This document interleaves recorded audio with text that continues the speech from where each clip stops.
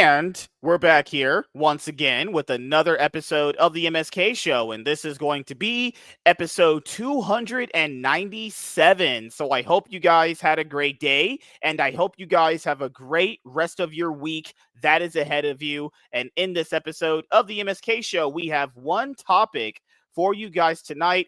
It was an article that came out on Variety's website. And it basically had this headline that read like this: Disney kind of wants to recapture the male audience that they inevitably threw away with their terrible decisions. Okay, I'm joking. You guys have seen your favorite content creators already kind of go over this article. Basically, not only just from the caption and the headline, but just from everything that people have gathered from it, Disney has royally screwed up, messing up, Marvel and Star Wars, and they're kind of wondering, hey, where's my new generation? And we've talked about this on the shows over and over and over again, and even in the videos that we do on this show, like, there needs to be a new generation of people coming up, because that keeps the hobbies and fandoms that people have sustainable. Because when you have new people coming up, then those people that have kids will tell their kids about it and show their kids it, and then vice versa, and then obviously all that stuff ends up happening. And it's one of these things now, to the point where a lot of these things that we grew up with, they don't have like a new generation coming up. So that means that the people that are there, that's it. So if all these people just start leaving, well, there's no more people actually, but we'll end up going over all of that in just a moment here. We'll do intros, as WZ always says. Now just WZ's like, do intros and now outros. Like, we already like 5 minutes into the show. What the hell? So we'll start with the intros. Great Poupe, how you doing, man? You feeling alive? Oh yeah, real zesty. Good times here. I'm interested about this article because I don't know. I interpret it kind of a different way, but yeah, I'm interested to see your take on it. I am completely surprised that we got to intros at all, let alone within like the first 10 minutes. That's crazy. Absolutely crazy. I don't have someone giving me food. God damn. You don't deserve anything, MSK. You can go talk to Little Caesar. He'll help you out. Hey, Little Caesars has some decent pizza. Just pointing out. If you're like broke, destitute, and living like me, you look at Little Caesars like a freaking gravy train, honestly. What up, Lapsed? Hey, if anybody isn't Hi, subscribed to the amazing channel out there, MSK posting his W's. Lapsed has a particularly great video on that one that just came out today. So, yeah, go check that out. Wait a minute. WZ doesn't post on that channel anymore. He's a clout chaser.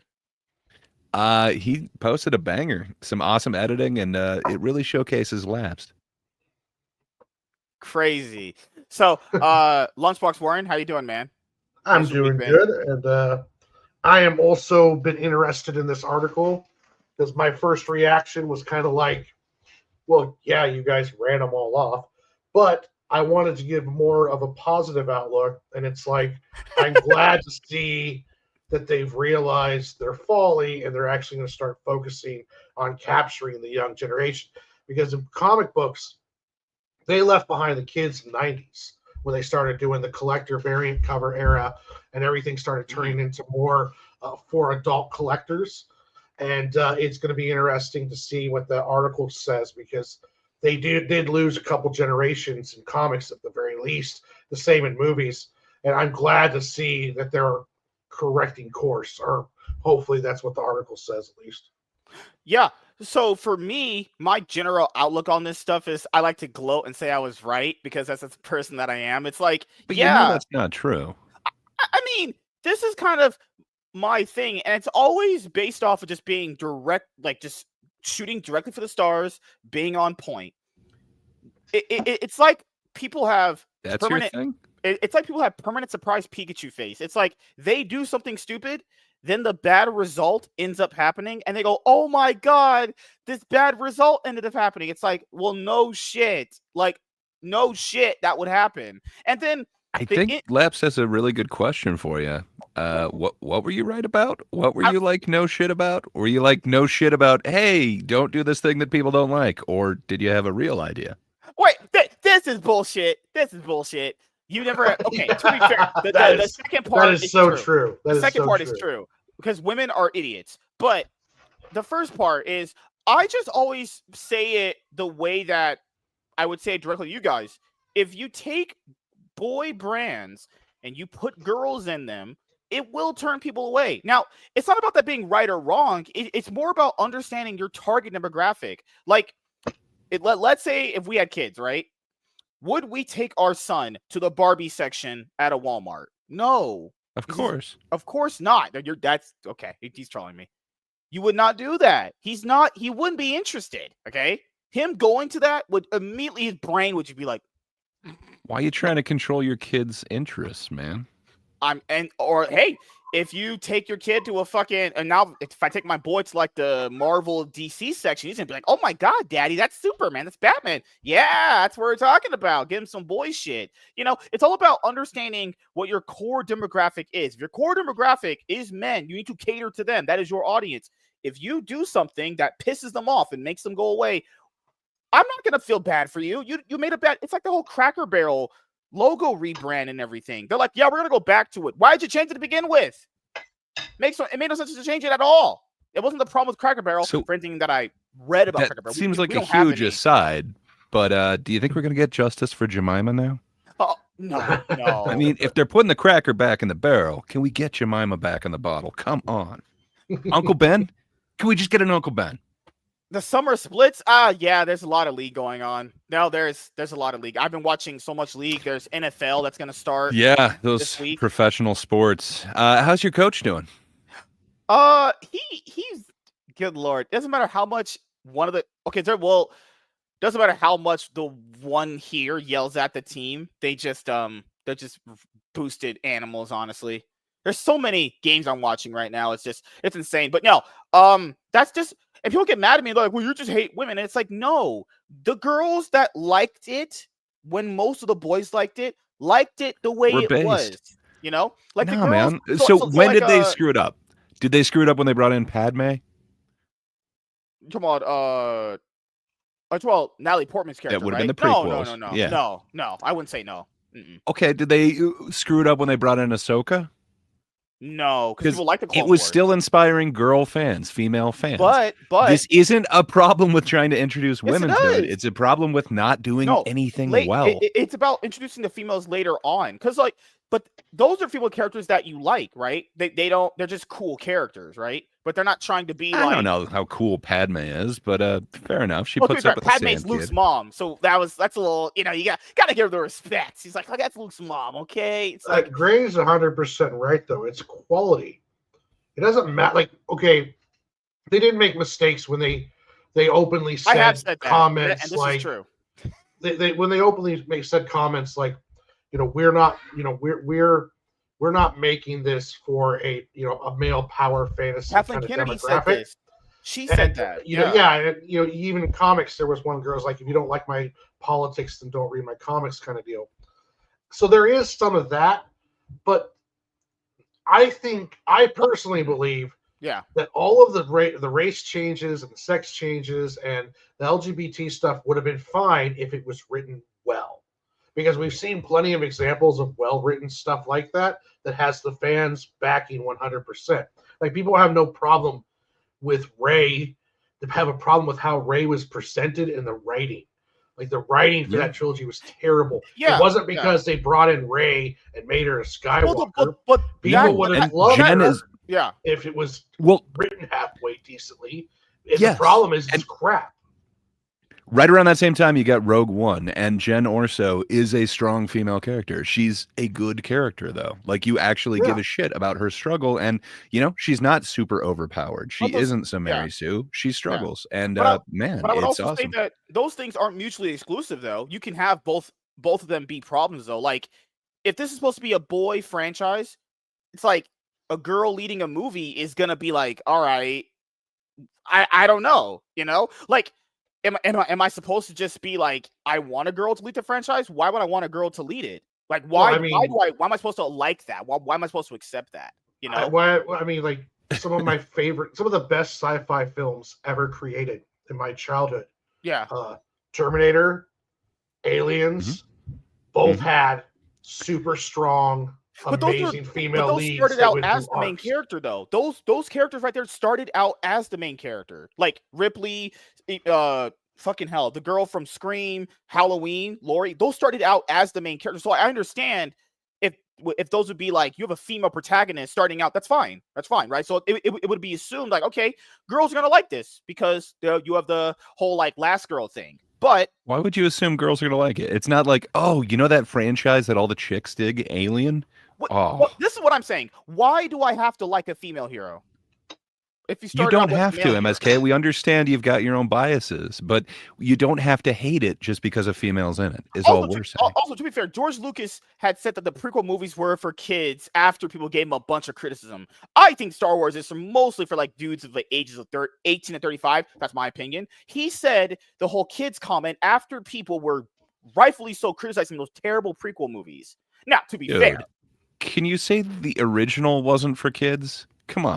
no, Love I Dub? don't know. The fucking I don't know. Ewoks, man? Maybe in the Ewoks, yeah, that's like the only thing we can. I mean, we didn't get to see them eating. Are you gonna tell me that fucking Vader slicing off Luke's hand is for kids? There's no way. There's no way. I mean, the Avengers is for kids, and they're chopping limbs off and explosions. You've got the fun stuff at the beginning of the Empire, though. Like you've got the Wampa Stompa, you've got the Tauntaun sleeping bag. Dude, it's great. Kids love that stuff. Dude, in the first movie, Vader force chokes someone through like a Skype call. That's for kids? We're like force choking people? I think like what are you defining as kids? What I'm like, well, to be fair, like what age groups are you talking about? Because like teenagers aren't children. That's what I'm trying to say. Like, I don't think the movies were ever dedicated for like small children, like the ages of like 0 through 5. I think they were always geared towards like kids of the ages of 8 to like 13. Okay, so then how do you explain all the fucking toys and the franchising that went along with Star Wars and the fact that they franchised out the ass on everything and you're just getting nonstop everything for kids? You want a value saber? Cool. You want a battle saber? You can get that. Whatever you want. Yeah, but you can don't actually get like a lightsaber. That's like just an added addition. No, but you're saying it's not for kids where it's like literally who of us hasn't watched it since we were like 5? Like it is for kids. It always has been. And they enjoy it the most. I don't know. Like I think kids could like it, but having kids liking something is fine because that can give a generation that'll show their kids it. I think having kids is fine. But like, I mean, in one of the prequel movies, remember the second one, the one's really, really bad? They're literally in a scene talking about how much they love each other. Is that for kids? Yeah. You know? I mean... Yes. Kids understand the concept. Well, most kids, other than MSK, understand the concept of love. Yeah. You'll get it one day, MSK. It's okay. You'll find it. Yeah. So I don't know. I mean, I just don't like it when people have to like... It's not like forcing women in. I think the problem that I have is the general idea that women are kind of forced into it. Like when you guys said Ahsoka and Padme, those weren't forced characters into the franchise though. That's not a forced thing, right? Well, that's part of the bad writing. It comes ham-fisted and forced. Like Captain Marvel was a good example of that kind of bad kind of writing, forced in, hammed in character, unlikable, you know. And it was just there is, but that's a symptom of bad writing though. It's like even Rey. No. I thought Rey was a terrible. Rey could have been awesome, but Rey could have been awesome. Like that mystery at the beginning, where she's by herself and then she makes that weird fucking bread thing out of that cool science project. Weird bread. That scene is kind of cool. It's like, hey, what is this world? This could be cool. And then, man, they dropped the ball on that character. But to answer Lapsed, of course, I saw it when I was like, I don't know, when I was 4. a kid. But the rating, what was the rating system on the original Star Wars movie? Wasn't it PG? It's PG, right? Something like that. Yeah, because I never had parental guidance. Okay, so anyway, it didn't come around until like what Jaws came out, right? So it's weird. Like if you like, because based on that time period, yeah, that would probably be for kids because it is rated PG. But it's like that's one of those like hard borderline PG-13 movies. Honestly, I mean, because we didn't have PG-13 as a rating back then. We just didn't. We didn't have that till like way later. Honestly, but you have to remember, there's no blood. even when he cuts off his hand, there's not a drop of blood. There isn't. Yeah. All the laser fire, all it does is cause a little stain thing on their jersey. The closest thing is like but Uncle Owen, though, his skeleton. You get to see him burning. Aunt Rue or whatever.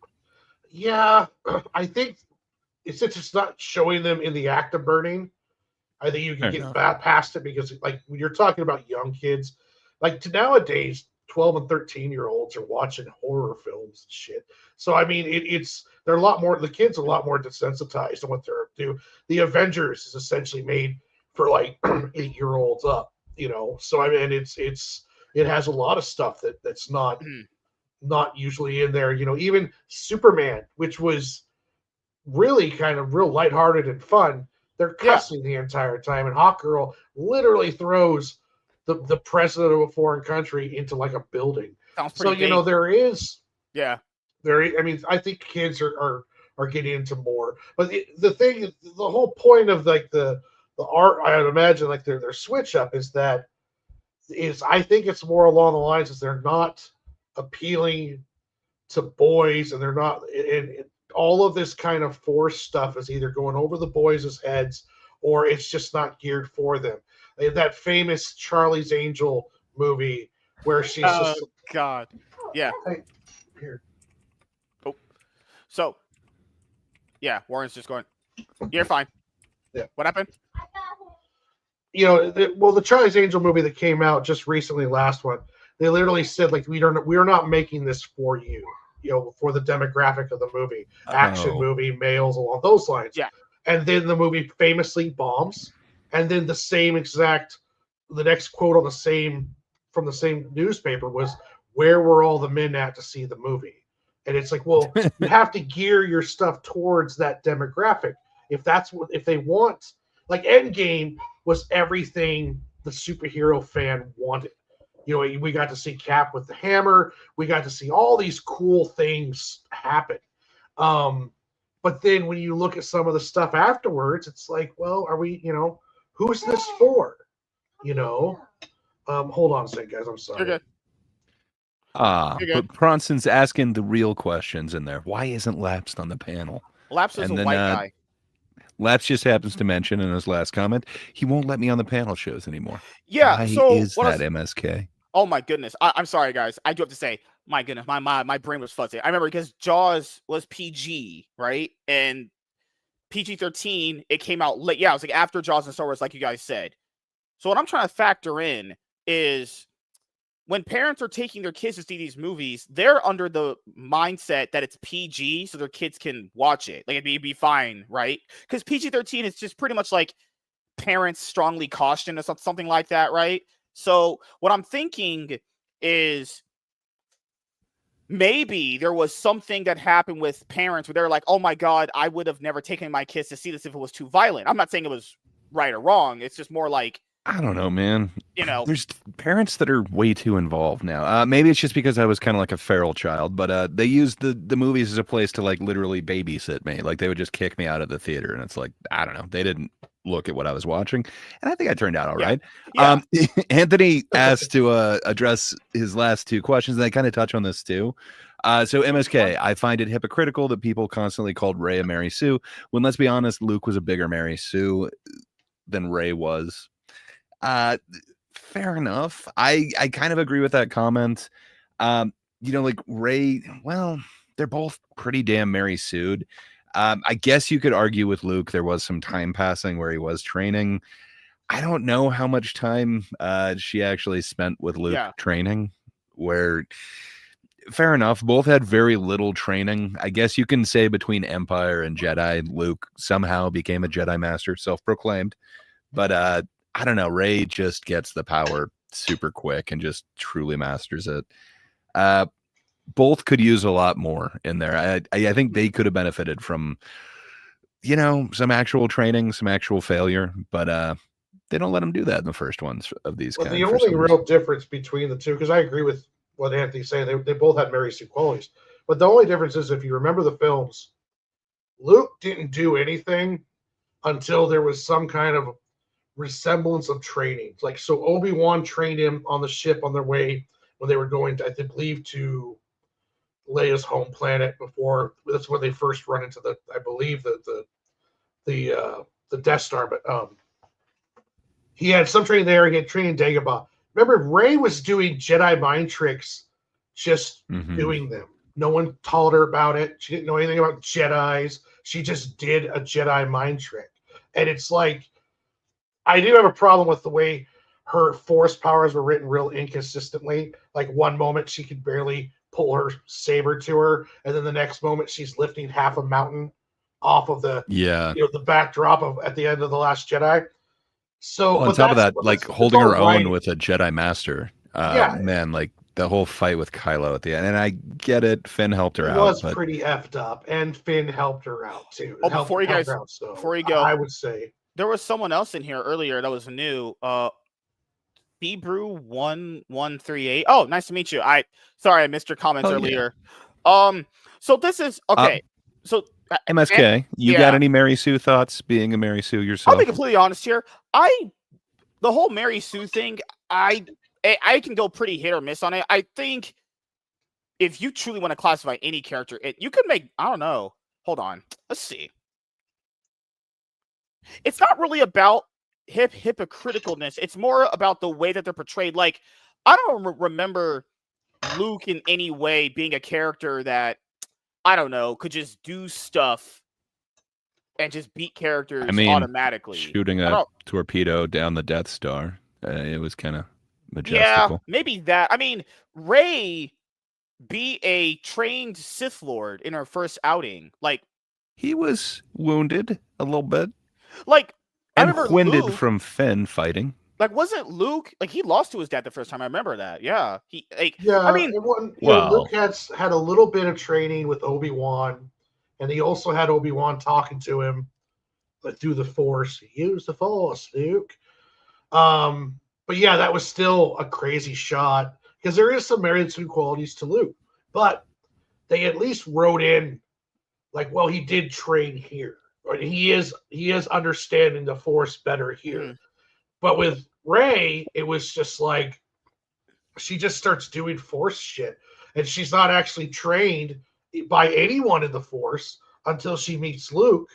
And that's in the second movie. So the entire first movie, she's doing all of this stuff natural with no training, with no understanding the Force, no books, none of that stuff along those lines. She didn't even meet another Jedi until she technically fighting the Sith Lord, but until she met with Luke.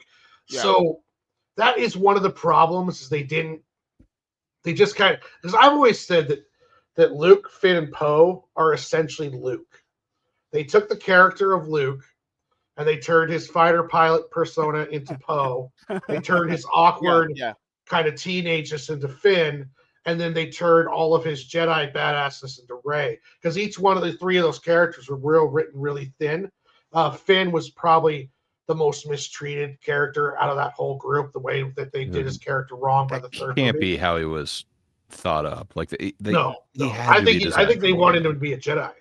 Honestly, I think that was the hints, but I'm not 100% sure. Also, Anthony, I think for me, the way I've always seen her is she's just not interesting. That's the thing is, I don't really care. Well, yeah, she's a woman. You're not interested. We get it. You're retired. Of course, obvious. Yeah, like for me, I don't really care if a character is a Gary Sue or a Mary Sue to a certain extent, given what I'm seeing. But for me, it would boil down to, is the character interesting? And I'm being honest here. If they're introducing 3 new movies and they're trying to get new fans, right? So since Star Wars, I mean, as George Lucas has said, it's like kids and boys and all that 12, 13-year-old boys. I don't think if you're trying to introduce it to a new generation of people, you want to have boys seeing a girl do all that stuff. That doesn't inspire boys to do that shit. Why does it have to be for boys? Why can you not be inspired just because of her genitals, sir? Because boys are I would imagine your young men would be your target audience. Dude, I wanted to battle a xenomorph. There was always I wanted to battle a xenomorph my entire life, okay?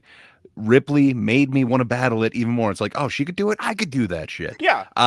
I don't think the fact of what's in your genes is going to dictate whether or not you can enjoy something. Yeah, but it's about what's attractive to people, right? If my core demographic is pretty attractive. If my core demographic is men, why would I put a female in front of them?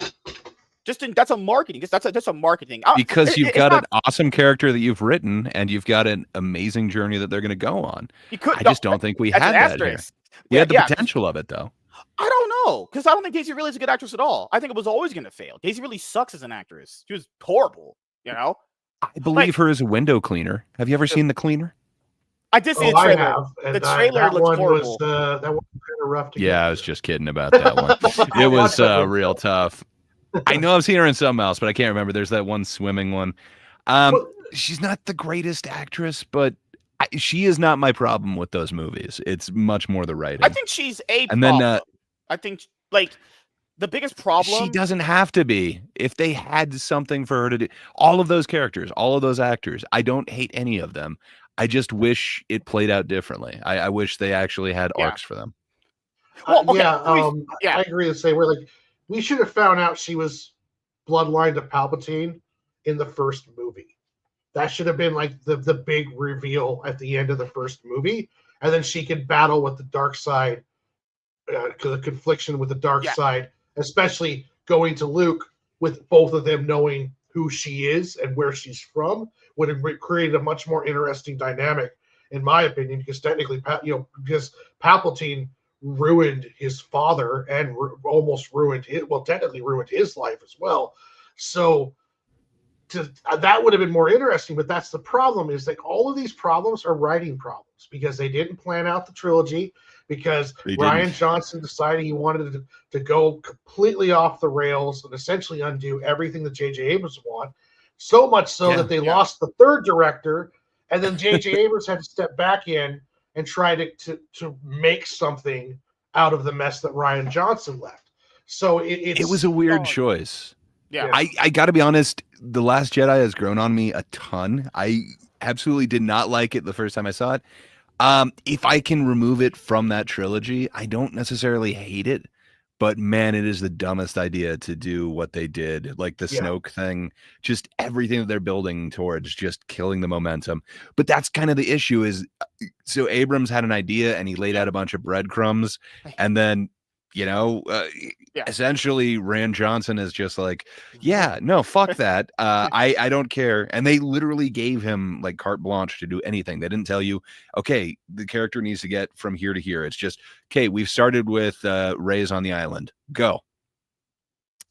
And I don't know what you do. You are kind of painted in a corner. Either Luke's going to get the saber and be like, oh, yeah, this is awesome, and then just start doing like backflips and moves, or he's going to toss it like that. Like it is kind of a shitty starting point, but man, it doesn't leave you a lot to do with this Hermit Luke thing. There was the other big problem too, was the director of the third movie was writing the script for it as Rian Johnson was filming the second movie, but they weren't communicating at all. Of course. So that's the real reason why, like the big reason why the third director and also Mark Hamill were really upset, is because Mark Hamill and the director of the third movie were talking about what they wanted to do with Luke and stuff along those lines. Then Mark Hamill gets the script, or is on the script for 3 or 2, and he's just like, wait, what?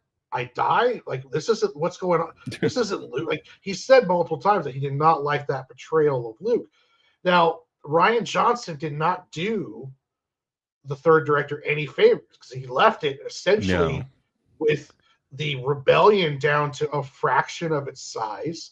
And it's just Luke just disappears into the ether, and it's just like, if they were communicating, then the third director could have got Trevor Morrow or whatever his name was, could have planned better. But when you sit there and write out an entire script, and then you're not hearing anything from Kathleen Kennedy, you're not hearing anything from Rian Johnson, you're not hearing anything from J.J. Abrams, and then you see what Rian Johnson's doing, and you're just like, well, what the hell? What's going on? Why, if you're not, why are you going to have 3 movies with 3 directors that are not allowed to talk to each other? Why are they doing, why is JJ saying, okay, we could go this route, and this is what I'm setting up for you, and then Rian Johnson just going, well, I'm not going to do any of those, and then I'm going to leave it at a place where, good luck, next director, do whatever you want. You know, But there's some cool ideas that he threw out there. Like I kind of like there the was broom great kid ideas. thing. That I comes out of loved- Ryan Johnson. I love the idea of when the arms trader guy played by Benicio del Toro was showing that they were selling weapons to both the Empire, well, whatever they were calling themselves, the New Order or whatever, First and Order then or something. yeah, and then and also the rebels. And I liked the idea that this battle that we thought was like the entire system is really almost like two third world countries battling it out, and there's like this whole rich class who's just sitting back and making money off of it. But then Space Forces. There were some good ideas in there, but then the execution was absolutely horrific, and the way they were treating characters was just really terrible. The way Poe was treated was just ridiculous. The whole even 5 mile per hour speed race or chase was just terrible. The Mary Poppins. I'm forgetting her name, but the Kelly Marie Tran character, that she still could have done so much more. But man, they kind of make her such a horrible character, and then with the next movie, it makes it kind of even worse. But Anthony brought up, like, can you guys justify some of the ignorant fans attacking and hating her? No, that's really shitty. She's a person who like got offered a role in Star Wars. It's like, which one of us wouldn't like, champ at the bit? Like, yes, I'll be anything. Like, sure, make me Sebulba. Like, I don't care. Like, put me in there as anyone. It's not her fault. I wish they had a cohesive vision on what these characters' arcs were going to be, and then where this story was going. You can just tell that it fails the most because it didn't have the planning. Unlike, the other series. Like, granted, maybe he didn't know exactly where he was going to go with the original trilogy, but there is one thing the prequels have. He knew where he was going to start it and where he was going to end it. Well, there was some planning there. Aged a lot better than first time watching. Just Revenge of the Sith. I think the first two are bad movies. They're genuinely not good. Great movies, but when you see the new trilogy, it's like at least the prequels were cohesive, like Gray said. At least there was a vision, and we got to see. Now, there was a lot of mistakes made. I think they made Anakin way too young at the start of it. There was a lot of issues. It's what, like, his turn to the dark side. His turn to the dark side makes it's one of these things where, like, I understand why the prequels would age a little bit. No, come on, man. He hates sand, so of course, killed the younglings. It gets everywhere. Yeah, like, for me, it all ends up being in the kind of the same realm. I still think, as compared to the Disney movies, like, if you look at the prequel movies, yeah, they're a little bit better, but I wouldn't. For me, I don't know, man. I think Rogue One. Forgettable, man. Like, it's just the last ending of the movie. Rogue One is. It is not. Watch Andor. It hits so much harder, and then man, to make that setup for Vader for A New Hope, just man, does that kills it. Dude. Star Wars. Rogue One is awesome. If you're asking me, Star Wars, the best movies are the first three, and then Revenge of the Sith would be like fourth. Then probably Rogue One, even though I think Rogue One is really forgettable. And then after that, it's kind of just the rest. You could just Attack of the Clones is really bad. If you don't watch Attack of the Clones, go back. That movie sucks. Like, that's pretty bad. Attack of the Clones is literally on the same level as those Disney movies. It's really bad. It is unwatchable almost. I watched it 2 times. I don't think I could go back for its third time. I couldn't do it. I would have to slit my throat and watch that ever again. Phantom Menace is fun. Phantom Menace is like fun, bad, good. I could understand when people like Phantom Menace, but it is carried a lot by Liam Neeson.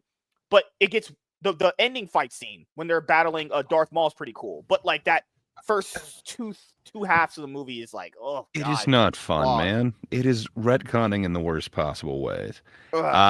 You've got Jar Jar, you've got the Gungans or whatever, and then the Jar Jar pod racing. You've got Sebulba and all those guys. Man, it's not great. Oh, don't you remember when Anakin first met Obi-Wan? He was a great pilot. He was an amazing pilot. Yeah, and then you meet this little tiny kid. Yeah, and people call whatever, man. Good. Like, Revenge of the Sith is. I think people will like the prequel trilogy because of Revenge of the Sith is a bad, good, flawed movie. Even that one has a lot of flaws too. It's like, okay, he trusted the Sith guy to, make sure that Padme stays alive and blah blah blah blah. That's why he turned, right, and everything. But then Padme dies. Why the fuck's he still with the Sith Lord? Why? He didn't Because save he Padme. blames himself for her death. Yeah, Since he killed her. Yeah. And- Anakin blames himself, but it's like he had said that, hey, I'll make sure that she's safe and all this stuff, but she's not. She died. It's like, why are you? There's you dark blaming rumors that you yourself? can bring people back. It's a Sith trick. Supposedly, it's happened before. Yeah, good old man, Mr. Palpatine. Like, but there's so many issues with Revenge of the Sith. But it's a fun. having movie. her die from a broken heart is just like, And then why he's the not one a who killed her. stray laser blast or something? Or like maybe Anakin messed her up when he force choked her, or even before he gets to the article. But yeah, she has a broken heart. Oh yeah, before we get to the article, this is something I want to mention before we do the video, which is like, then Palpatine tells him, hey, he talks all this shit to him about the Jedi, which makes no logical sense why he would believe any of that. Because when he came to the Jedi Council in episode 1, and they were testing how strong he was and Force and all that shit, and they weren't even going to take him in until they were convinced to. Like, he had been with these people nearly his entire life, and then some random guy just comes up and convinces him they're bad people. You have to remember, the Jedi turned him down for they made him master, but they didn't what was he pissed off about? They made him a master, but they wouldn't let him sit on the council. Yes. And that angered him. He was worried about Padme, and also Padme.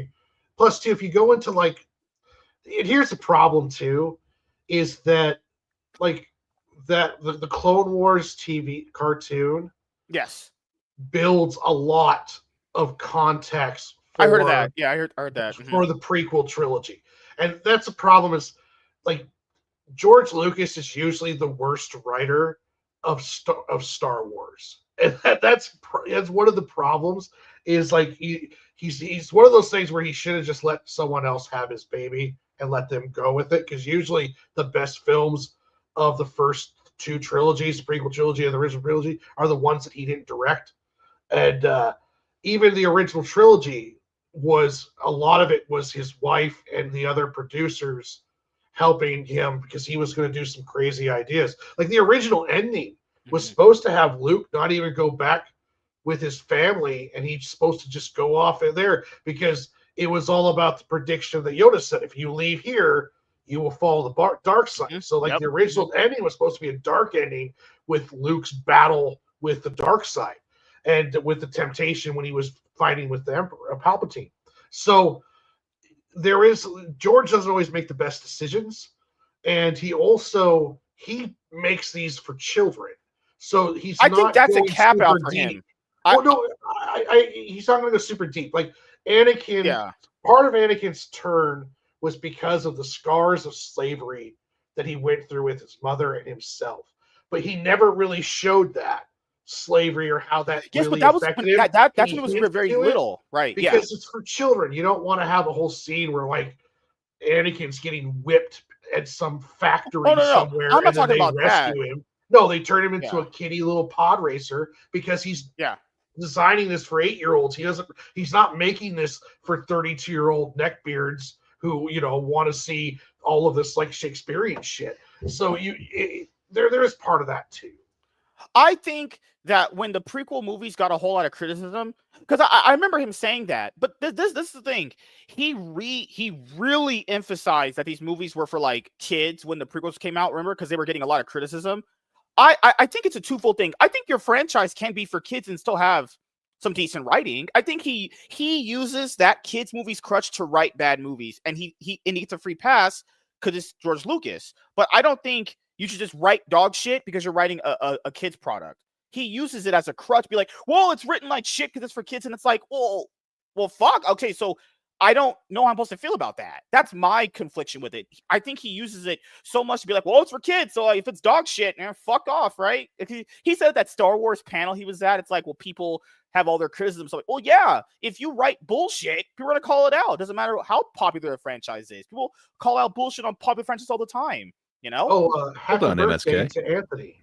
It is Anthony's birthday today. Yeah, happy birthday, Anthony.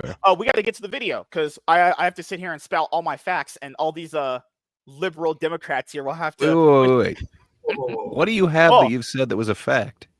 Yeah. That I'm hot, rich, and good looking? Again, None of those are a fact. I wish we could have community notes right underneath your screen. Oh god. Okay. Before we go, one quick thing. I know there was a Looney Tune Minnesota shooting. Just want to point out here, not going fully into it. No, we're not doing that. But Tim Waltz made his state a Looney Tune refugee state or whatever. What's it called? It's like one of those sanctuary states. Yeah. Good job, Tim. That's why no one wants to live in Minnesota. You fucking retard. That's why your basketball team sucks. Holy shit. Good lord. Minnesota doesn't seem so bad. But good old Tim Waltz, he's like, remember on the vice president debate, he was like, I'm friends with school shooters. Woo! Woo! God. Hey, yep. I'm friends with MSK. I mean, I think that's got to be like on the same. It's like on par. All right, well, let's have some fun here. You guys all suck ass. I had sex last night, so I'm good. I unloaded. This just happened today. This literally just happened today. There's a Looney Tune walked into a Catholic church and started unloading like he was in GTA 5. The only thing the MSK hates more than women are men dressed as women. I hate them even more. Because he saw them as perfect, and yet now they are, ruining the sacred form that he cares about so much. You're evil. You need to because they have the plumbing that he loves, but the dressing that he doesn't. I think they also be a rat. I think let's be honest. Was Frieza wrong for what he did to the Saiyans though, like eradicating all the monkeys? Was he wrong? Let's really just. Yeah, I would say so. I'm generally never in favor of a genocide. Was the KKK wrong? Because we all have black fatigue now. Yes, so was the KKK very much wrong. Very, very much so. So they weren't like wrong. ahead of the curve. They weren't. No. I'm just saying though. Maybe I have to reevaluate the KKK. They hated black people. I'm saying. Okay, Clayton Bigsby. Black people have give me all the fatigue now. But no, let's have some fun.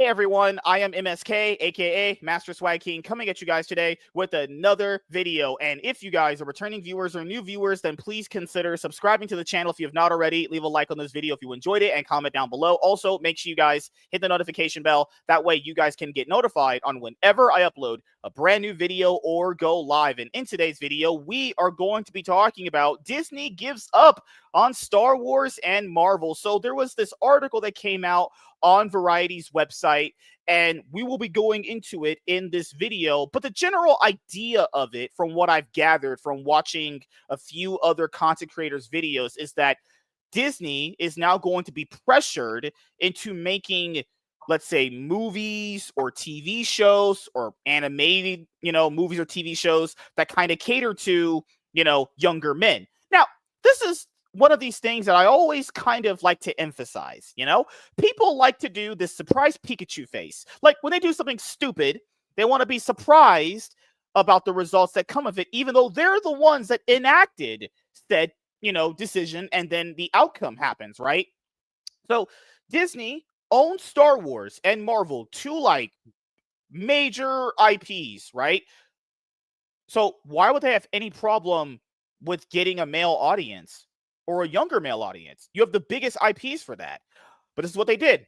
They started basically kind of like shoehorning in women to their stuff. Now, this is something that I want people to understand. Even when we talk about movie box office, all of these are problems. It's not just one thing is an issue. It's like everything's an issue, right? I'm not necessarily against the idea of a woman leading a franchise. I like a lot of what? I like a lot of franchises led by women, right? But you're cool just lying like that? But there's a big but there.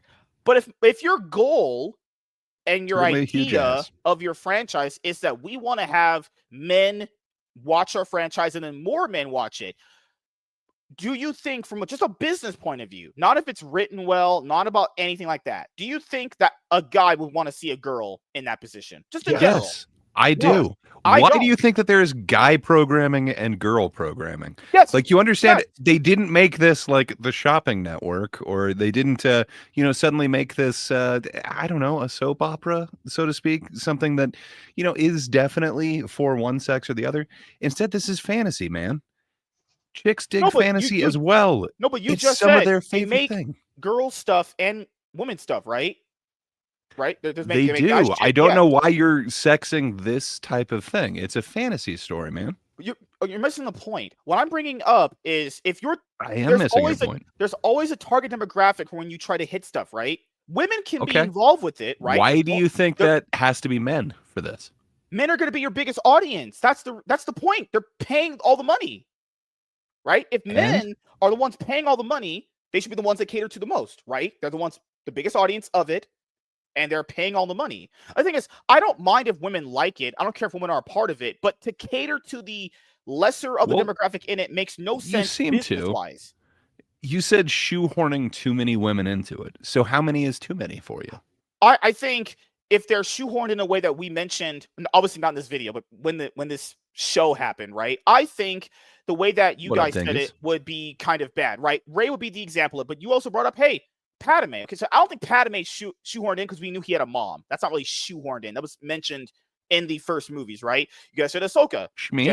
You're talking about Shmi there? See, Ahsoka was in the Clone Wars. I'm using Star Wars as an example, right? But we know these guys have data analysts and everything. We know they look at who is their biggest paying audience. They're noticing now there's not a lot of men interested. Well, you need to make stuff for guys if that's your biggest audience. It's not about whether or not women are going to like it. To be fair, the women that I've met in my life, they just like it the way it is. You don't have to cater to them. You don't have to. They like it just the way it is. How many women were in Force Awakens, I know a lot of women. Dude. I know a lot of women. But just, like you guys they just don't talk to you. And you guys also said Ray and bad writing. So I think it's all a problem. I think bad writing has been the bane of the existence for Star Wars, coupled with bad marketing decisions, right? But I also would understand that if men want to see a strong guy in their franchises, Ray's not going to do it. And it's going to be both. You're she's right. A girl. And that's why literally every other character. Okay, so you've got, I think, 3 female characters in Force Awakens. Oh, they also had fucking hell. They had You've got Leia every other character as a strong male. Hey, why not think about Kylo, sir?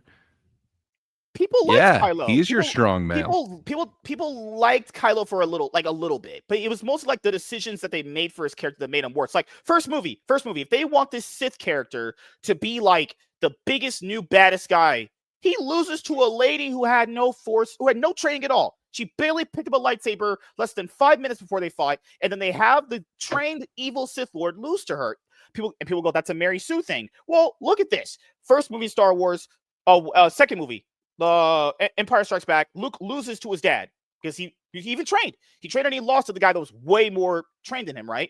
You see character progression through that and everything. But in the first movie with Rey, she's like, oh, I could just beat Kylo Ren. That makes no logical sense at any possible way, But I think all of these things play into a factor. No one's really right or wrong. It's more like I'll ask you how you guys would view it. Do you view it as 2 problems or do you view it as just one? Because just from a boy point of view, you want to show your kid, I'm saying yes, half kids, but you want to show your little guy strong male leads.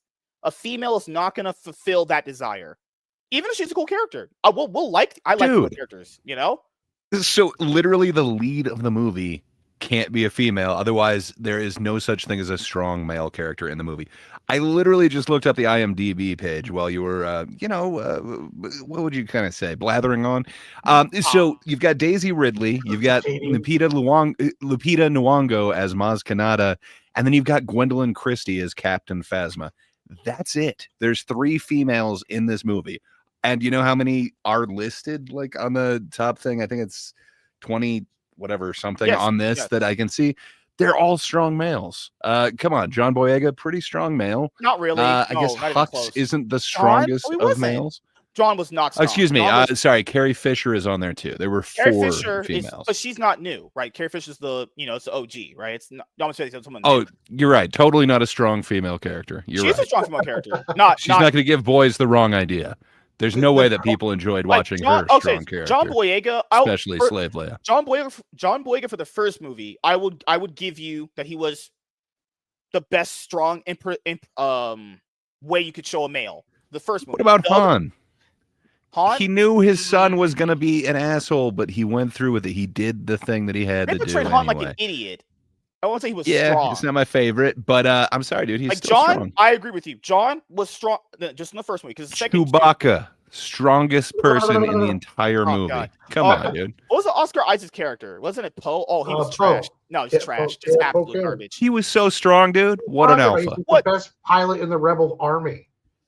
Strong pilot. What do you remember about Oscar Isaac's character? He was the most. He's a strong male pilot. He was a badass pilot. He got cucked out by the bitch in the second movie. That was an admiral. Yeah, that's a different movie. It doesn't matter what genitalia they have. They're admirals. They're gonna be able to bitch out anybody. Oh, good Lord, you guys! I hate you guys. So, here's a problem. It's all about like we said. It's about the writing. It has nothing to do with it being a female lead. It has completely to do with how the female lead is presented. Because it's hard for me to believe a female lead won't work when there are examples of it working. I understand. Two of the strongest leads in the 90s were females.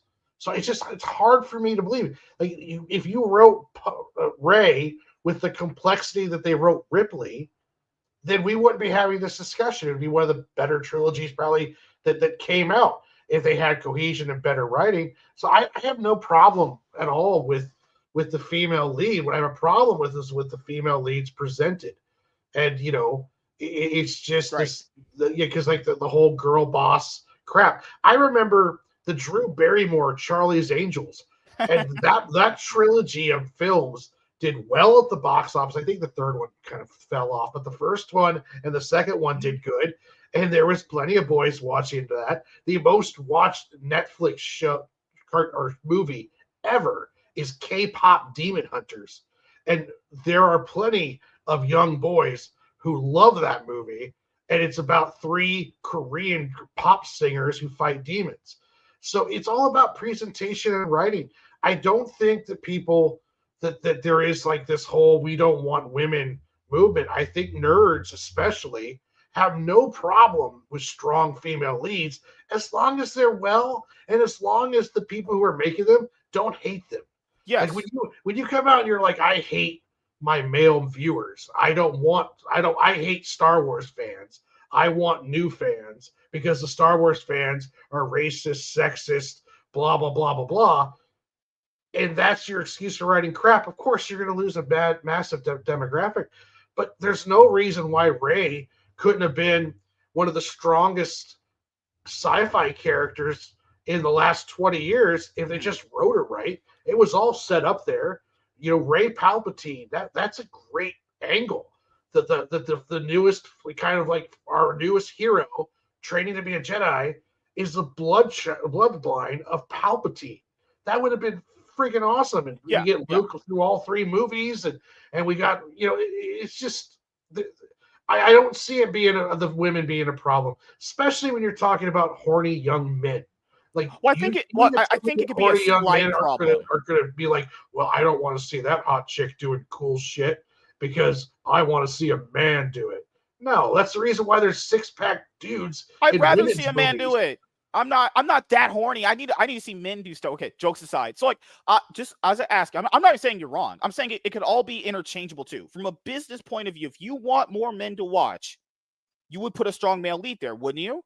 Just a business point of view, not about the character itself. No, right? I would think I would tell them I don't care what the lead is. I want that geared towards explosions, fun. Okay, you're Michael Bay. That's different. That's Michael Bay. I want something made for them. I don't want this to be some kind of gay allegory made out of my Marvel movies. I want it to be geared towards horny young men, 30-year-old neckbeards, 30 to 40, 50-year-old neckbeards. I need all the neckbeards. Yep. We want them. And then if you want to add in a gay character or a female lead, that's fine. But just remember your target audience is this male demographic from like 8 to like 60. Yeah. And there's different things that they want, but you can cater to all of them. But if you want to bring in the more female voices and other deals, well, then just make sure you do it with the mindset that we have to keep going in this direction. Yeah. And that's the problem, is that they completely went off over here and they didn't, instead of just trying to get new people, they forgot the old. And that's the problem. They turned their back on the core fan base that turns Star Wars movies, and even if they're bad, into billion-dollar movies. They turn their back on them, and that's the reason why they're in this situation they are now. I don't think it has anything to do with gender or sexual orientation of the characters. I think it's about the representation of those characters and how the plots just aren't made for their key demographic, and that's the problem in my opinion.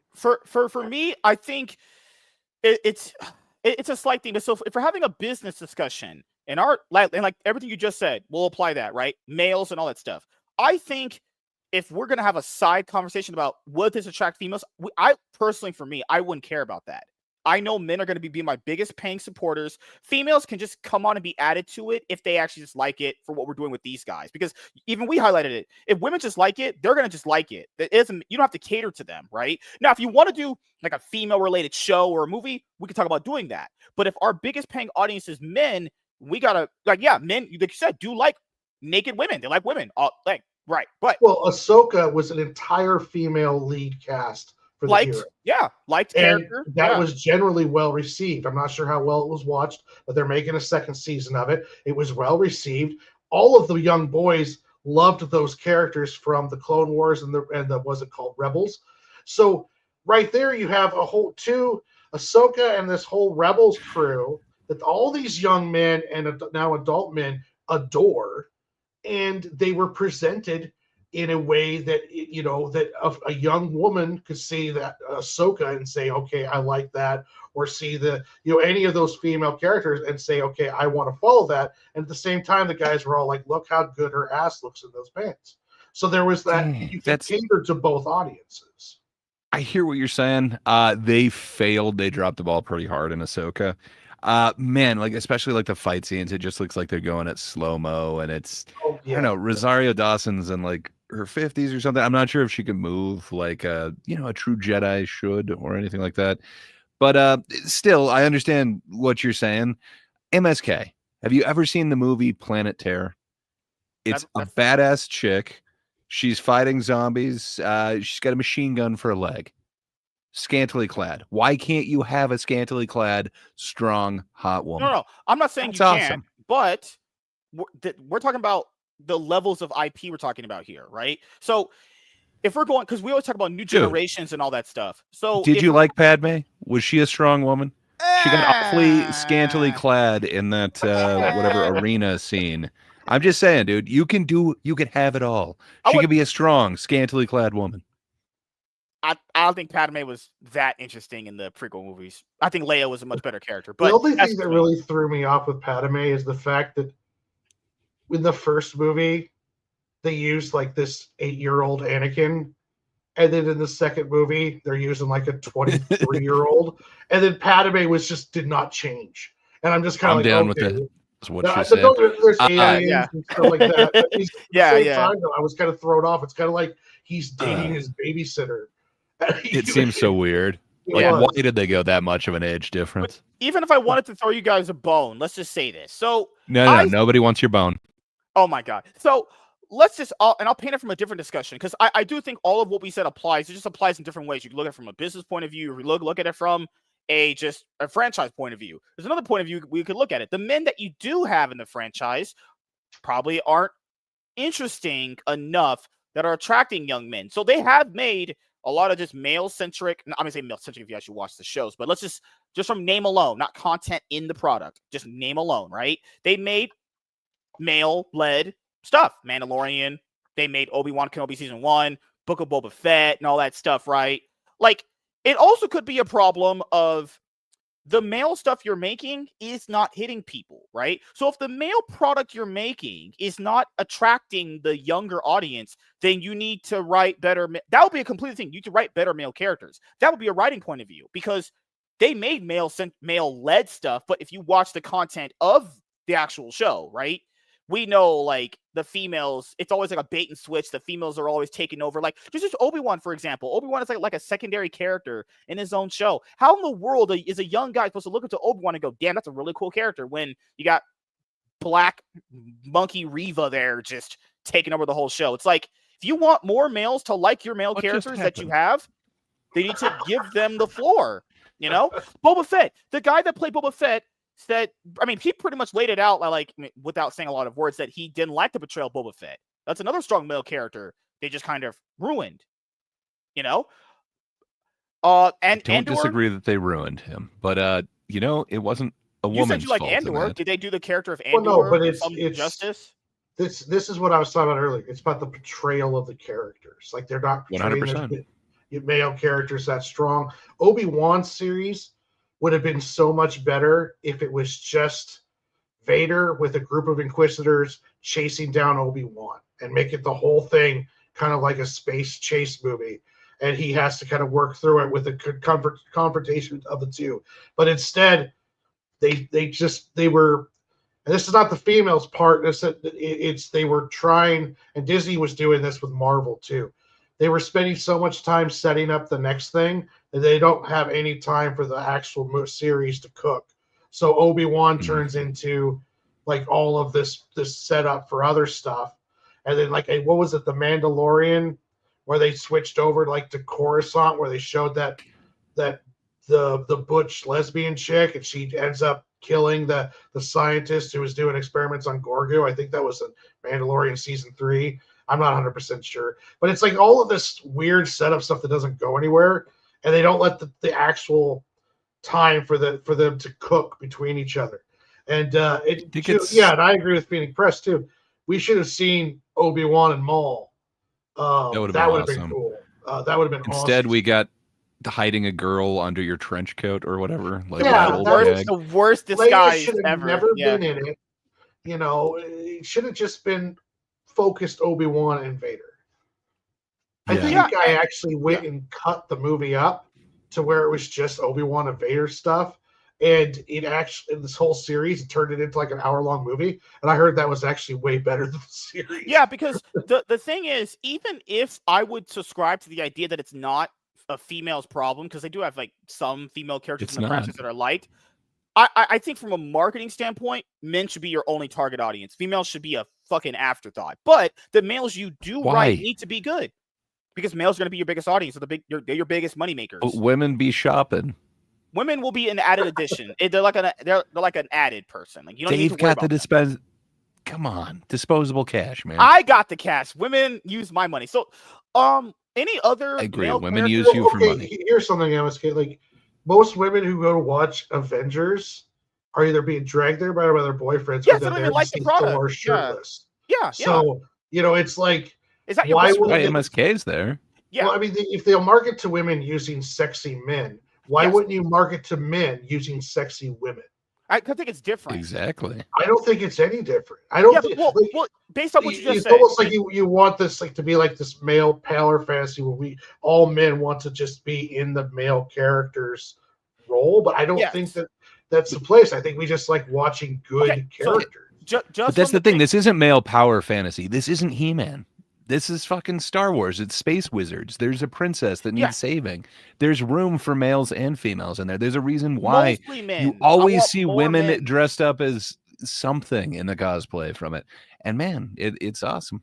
So I think it's different. So what you just said, women are going to come there because they're dragged by their boyfriends or husband, right? Okay, just from that point.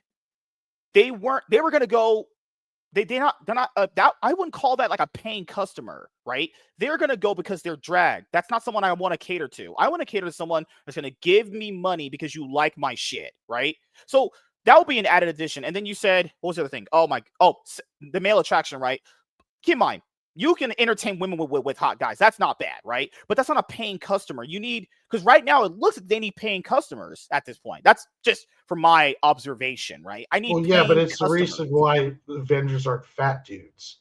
You know, because you have Red Guardian, but he's not fat, really. Well, the girlfriend gets dragged there, and then she watches Guardians of the Galaxy, and then she ends up crying at the end of it or loves it because it's a well-written movie with good characters.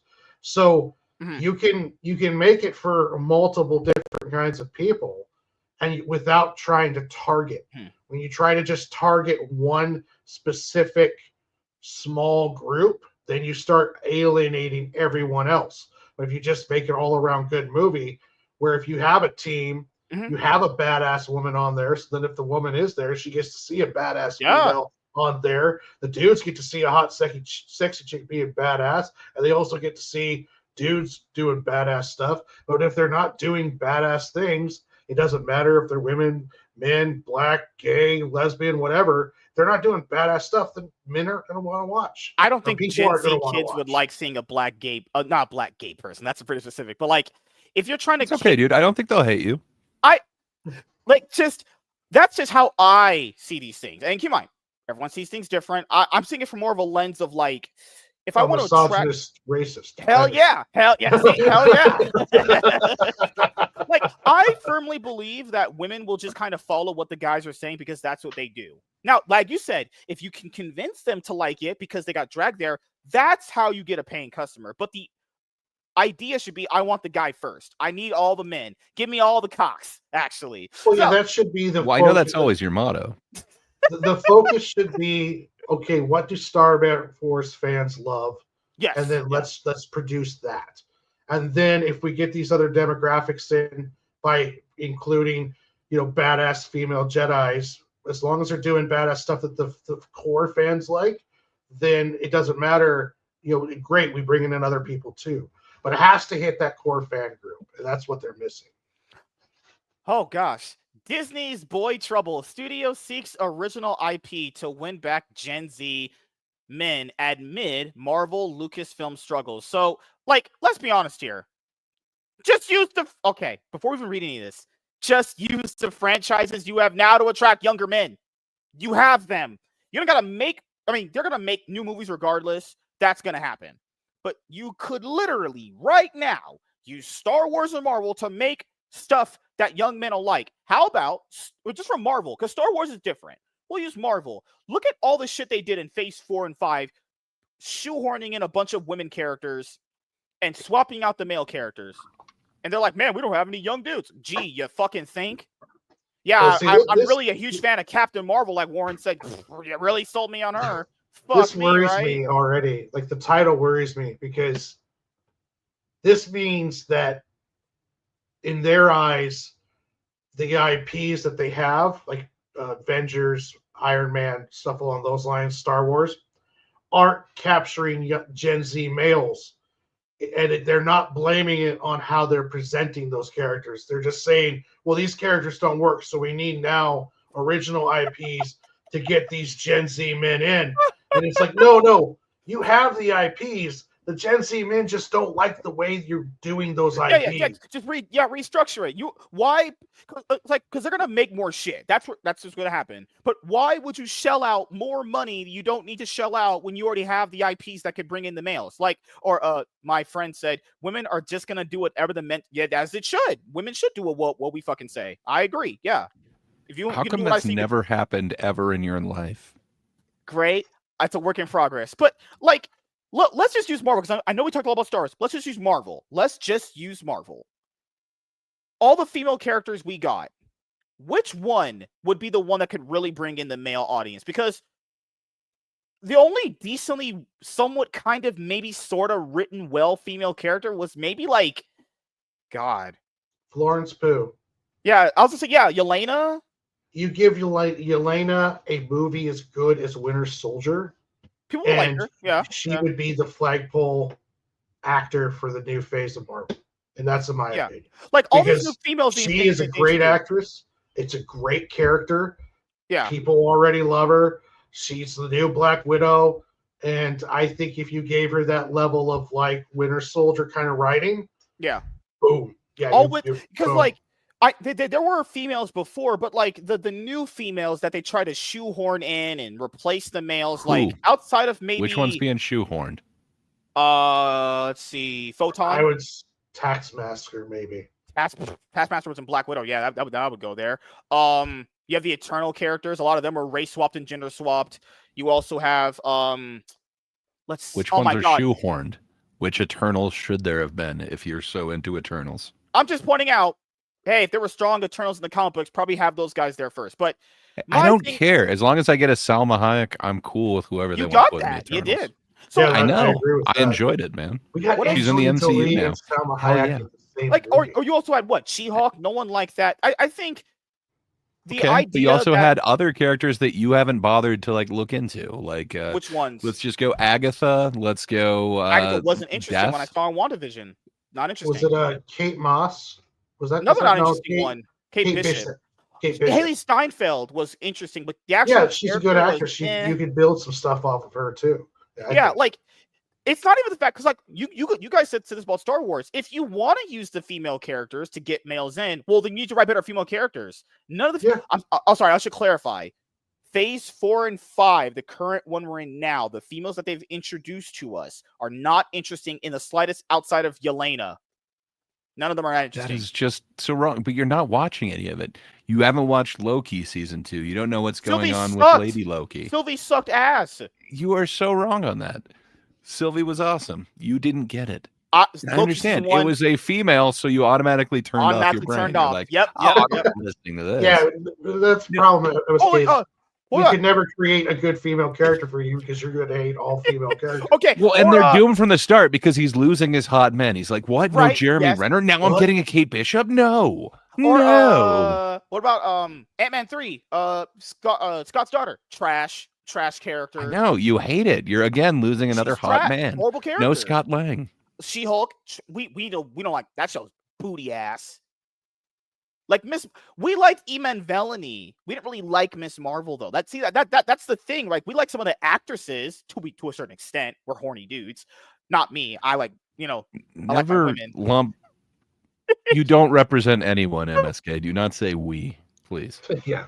Like none of these female characters their writing are even interesting enough to even get males interested. They could be though. That's not true. They all have.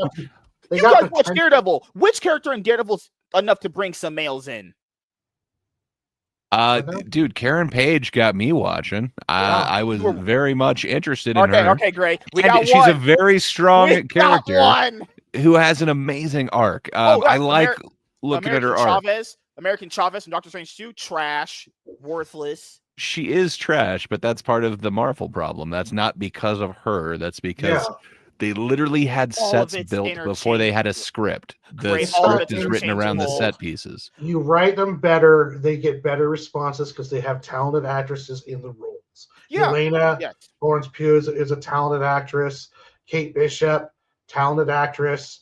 There's potential there with their characters. They've just been presented wrong. They've been and I totally forgot about Vanessa Electra. Come on, MSK. There's so many strong, powerful women that you hate. I'll even add to this. Those were great added additions to the series, but you were watching it because of Daredevil. But that's neither here nor there. What I'm bringing up is like, just bring me some good male. Most of the MCU was started with with cool male characters. How about just do male characters and then let females? What about Kristen Ritter, man? Yeah, that was intriguing. She's kind of dark. That was just below Daredevil popularity with her series. What other characters were there? Was there another female series we're not remembering? Any other one? Agatha. It was we had WandaVision, Miss Marvel, Agatha, Echo. None of us care about that show. Holy fuck. You forgot about Riri, man. All right, great. Black Panther. Else. That's a bullshit to do with Black Panther. Hey, we like the male Black Panther. Now, I get it. Okay. I get it. He died. Well, I'm going to raise you X-Men 97. You got a Rogue in there. You got Storm, who's losing her powers, man. How does she cope with it? Mohawk, of course. It's awesome, man. She coped by having you sex got to with check out Magneto. X-Men 97. Rogue is so many powerful women. And you know what? It just adds to it. You can still look at your powerful shirtless guys. Great. Rogue is for the streets. There's a basketball scene for you. Good Lord. All right, let's go. But you Scorpio's got a point. He's saying turns out high school dudes don't like being told that they have to want ugly chicks or they're a bigot. Fair enough. I think that definitely explains some of it out there, especially when it's forced at you. But man, I just think MSK is wrong about a lot of these. I'm just pointing out that men aren't you want to get males interested, give them male characters. It's not like rocket science, right? It's the franchise started off with some cool male characters and then females came along with it.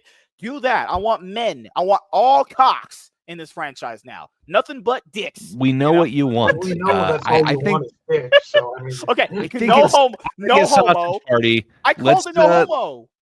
Let's let as many chicks in as should be there. I called no homo though. Just because you say that after sex with Jim does not mean that you're not. You're still homosexual. All right. You like men. It's okay. Jesus Christ. All right. Cinderella and Sleeping Beauty aren't the only ones looking for a prince. I mean, There's also MSK. Leadership at Walt Disney Studios has been pressing Hollywood creatives in recent months, multiple sources tell Variety, for movies that will bring young men back to the brand in a meaningful way. Quote, young men are defined here by sources as ages as young as 13 through 28, aka Gen Z. You know what would be awesome for men like that age? Having cool male characters. Not have a Doctor Strange movie where the main character is basically America Chavez and Wanda. Or you have a Thor movie where half the main character duties are on Natalie Portman. The movies that you're making, the male characters are like secondary characters. Like, no one's gonna respect those guys. No one's gonna respect that. In some of those movies, that's that particular arc, man. There's a lot of them. I hate Grace. Jane Foster wasn't the focus in Ragnarok. Jane Foster wasn't the focus in Ragnarok. Dark World or whatever. Kind of was. She's more of a focus in the first one, but it was kind of their relationship. Chris Hemsworth was I think you're being. In that, so I liked it better. You're right. We all need more shirtless Hemsworth. Yeah, see, that makes Scorpio. for a calmer MSK. Scorpio. Yes, guys, I can enjoy a shirtless dude without it being gay. Yeah, hell yeah. Like I'm saying, like I'll use Reacher. You guys like that show, Reacher? I'm just imagine caters to dudes, but women can come like it later, or when they watch it with their boyfriend when they're blowing me. You know, just happens. First, why is their boyfriend blowing you? I said, oh my goodness. Oh, that must be some LA shit. Yeah, so when I Netflix and chilled with this girl, we were watching Reacher, and she was giving me a reach around. Jokes aside. All right. Every film studio is looking for better ways to convert young audiences into habitual. Wait. This is why you people type like this. I'm just perplexed by how these people write. But it's that habitual typing, man. Yeah, every film studio is looking for better ways to convert young audiences into habitual moviegoers. You know what would be cool? Make male-centric shit where the males are strong male leads, where they're not getting cucked by women. Just start there. Nobody wants. But then how would you identify? Oh God.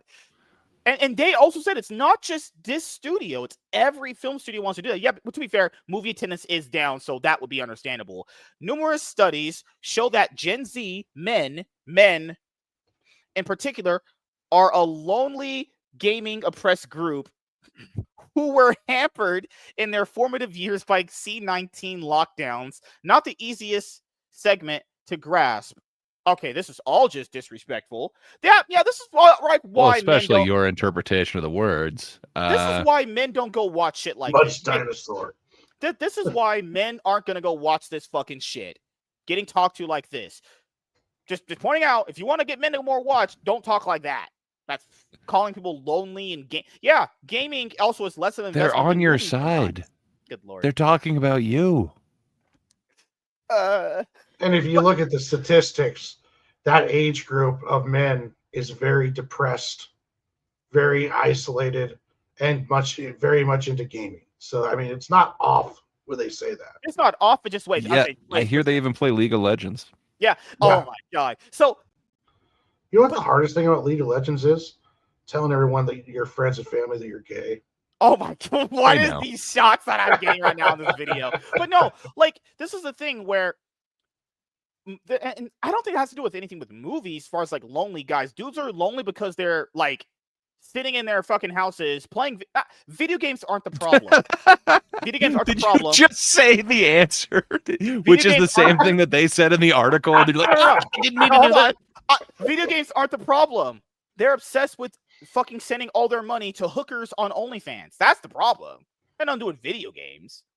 To be fair, You do have a lot of regulars. Playing video games is way more interesting than watching a movie sometimes, especially nowadays. Like, how many bad movies have we watched in the last 5 fucking years? We were like, yeah, I probably should just went in and play the game, honestly. You personally, not that many. Oh, God, fuck off. I hate all of you guys.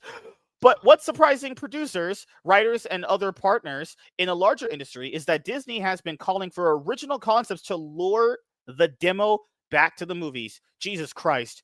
You own the IPs already. Just make it male-dominated.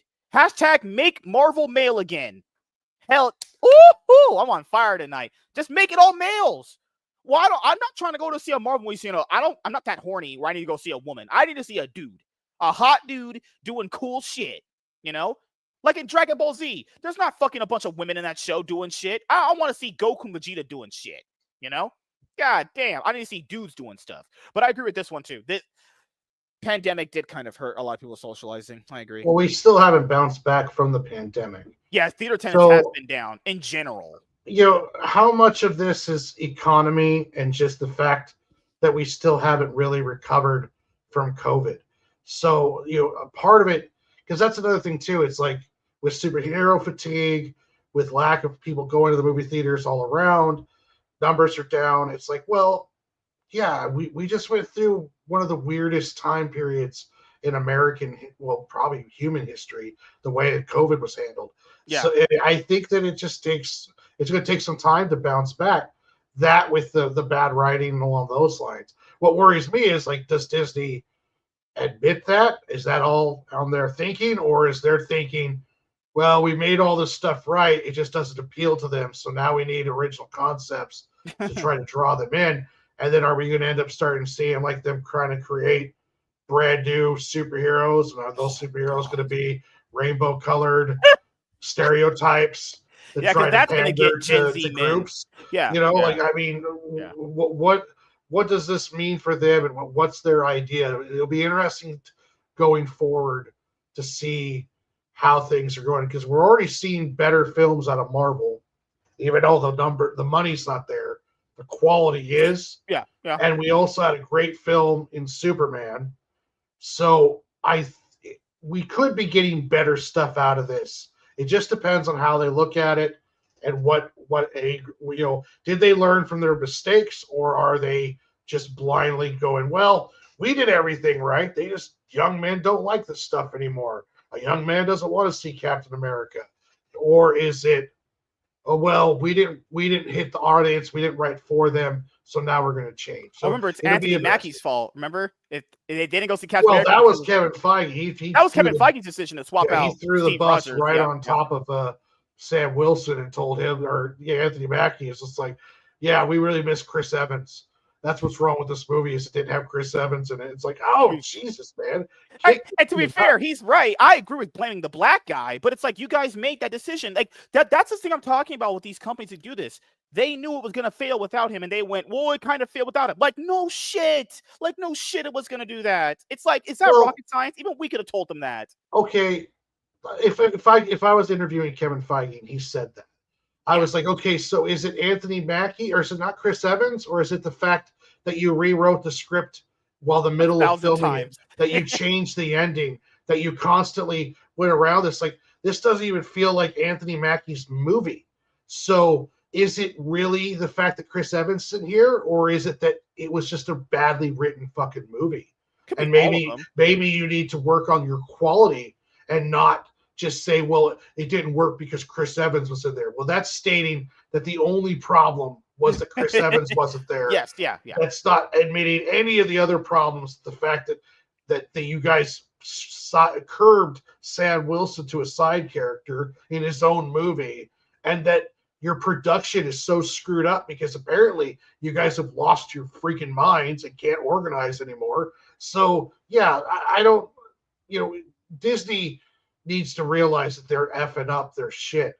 If they don't realize that, then all we're going to do is get more effed up. Do you think it's too late? Different flavors. No, I'll ask you guys before we read the rest of this. Do you guys think it's too late? Because I think no. At this point, people have been saying Star Wars is dead. I mean, we'll know if it's really dead when the Mandalorian movie comes out next year and the box office numbers toward the tail end of its run in the box office. But I'm just thinking, like, the numbers that we've seen outside of like the hit every now and again, it shows that they did so much brand damage with both of them. I mean, from a business point of view, since they did so much brand damage with them both, it would make sense business-wise to create something different. But the thing with creating something different, it's like, do I trust them to make that good or interesting to get male audiences? It's like they've squandered Star Wars and Marvel. How would I trust you to do something different then? That logic doesn't even make sense. No. You know? I understand that you're obsessed with, getting men interested. But man, I think that they could go ahead and just get everybody interested. Andor seemed to not just be for the male audience, not just for the female audience. There's a lot going on there. Every female that I've talked to absolutely digs everything that's going on in both Rogue One and Andor. And it's not like it's some macho guy property. I think, again, fantasy has a way that you can kind of fit a whole lot of people into it. I don't think you need to focus on one sex. I think that's the problem with a lot of things, such as The Acolyte, for instance. They really were kind of focusing on that. Like, no, we need to have the most powerful women. And, they've objectified women before, so let's show this topless Manny Jacinto, which I understand why MSK loves that picture so much. The dude is ripped. But still, that didn't seem to actually get the females involved. But I think you just make a good story. Don't worry about just getting one sex in there. Yes, focus on good fucking storytelling. And when they've done that, man, it's been out of this world. Haha. A galaxy far away, so to speak. But man, what they're able to do with like Mandalorian season 1 and 2, that shit is awesome. Even like the worst episode there, with a baby. Man, so good. But also badass female. Like, let's not forget Gina Carano, Cara Dune, just in there kicking ass. And they go all the way up to the final of season 2. And Mando's on his own, and it's all the chicks kicking ass. But somehow that kind of works for me, even though you can tell it's completely forced. There's ways that you can make this work, that it doesn't have to be for just one sex. But fine, I'll hear you out, man. No, because the thing you said about the Acolyte, you said they made it for women. That's another reason why it failed. What's another reason why it failed? That we talked about earlier. They wanted it to be all sorts of representation, but also the LGBT Therein lies the problem. Version of it. Wanted to make it for other people that weren't their biggest audience, and then it had low viewership, but they went, well, why didn't anyone watch? Because I don't think they were making it for their audience. They were making it for an audience that they wanted to cultivate into Star Wars. That audience, which if they just make it for the audience, that would be great. That's all I'm saying. They made it for an audience that was very small. You can use the same characters. You can use even the same plot lines. But if you make it to the right audience, all of it would have worked. Yeah, my thing is, they made it for a small audience, and they went, well, why are we getting no viewership? Yeah, you made it for an audience that, one, doesn't pay shit, and then you made it for like a tiny demographic in your franchise. Of course, it was going to fail. And they did it poorly. They hinged it on this mystery, and just the mystery was so shitty, and the payoff on it was so shitty. It just, none of it worked. No, but just in general, they made it for such a small audience.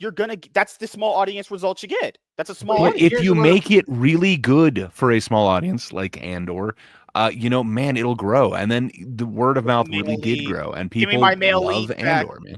No, see, here's the problem is that even if they did make it for another audience, they didn't make it good for any audience. That's the problem. If Acolyte was made for the same audience direction, but was made good instead of like this weird hodgepodge bullshit that we got, then it would have been Manny Jacinto, though. Well, I mean, the fight scenes in Acolyte were some of the best of Star Wars, in my opinion. That was the best choreography I've seen in probably any of the films. But it's just, I don't know. There's Star Wars is a property, in my opinion, that if you put a new captain in charge of it, you did a reboot, kind of like what they did with DC, then you're back to $1 billion franchise again. Because the Star Wars fans are just, they will come out. It's hard to turn away the hardcore Star Wars fans. Even the hardcore ones, as soon as they get a sniff of something that might be good, that they know is made for them, they come in droves. So I don't think either Marvel or Star Wars is unsavable. I think, though, you really need to change the directions of the franchise. Mm-hmm. I think the audience is there. I think they're hungry. But the problem is you're not making it for the general audiences, like Gray said, anymore. And you're not even making it good. So even if you're making it for a targeted audience, you're doing it so ham-fisted and poorly written that even that target audience is like, I don't give a shit about this. This doesn't represent me. This doesn't make me feel anything. It's just bad. Yeah. This is just bad writing. So I think both franchises have, like if they tomorrow Disney sold Star Wars back to George Lucas, his first film is going to be $1 billion movie. Even if it's bullshit, it's going to be $1 billion movie. But that's kind of the problem. Like, the Star Wars ones basically are going to be that, especially if you say that this is part of the actual franchise or whatever. I think the Grogu one's going to show what that's worth, but that's still kind of a side one. It's not, this is the new trilogy or whatever. Yeah. But man, there is some really cool, strong female stuff that I think we're going to get now. So Phoenix Press was talking about he liked the direction that Favreau was going before he kind of got the boot.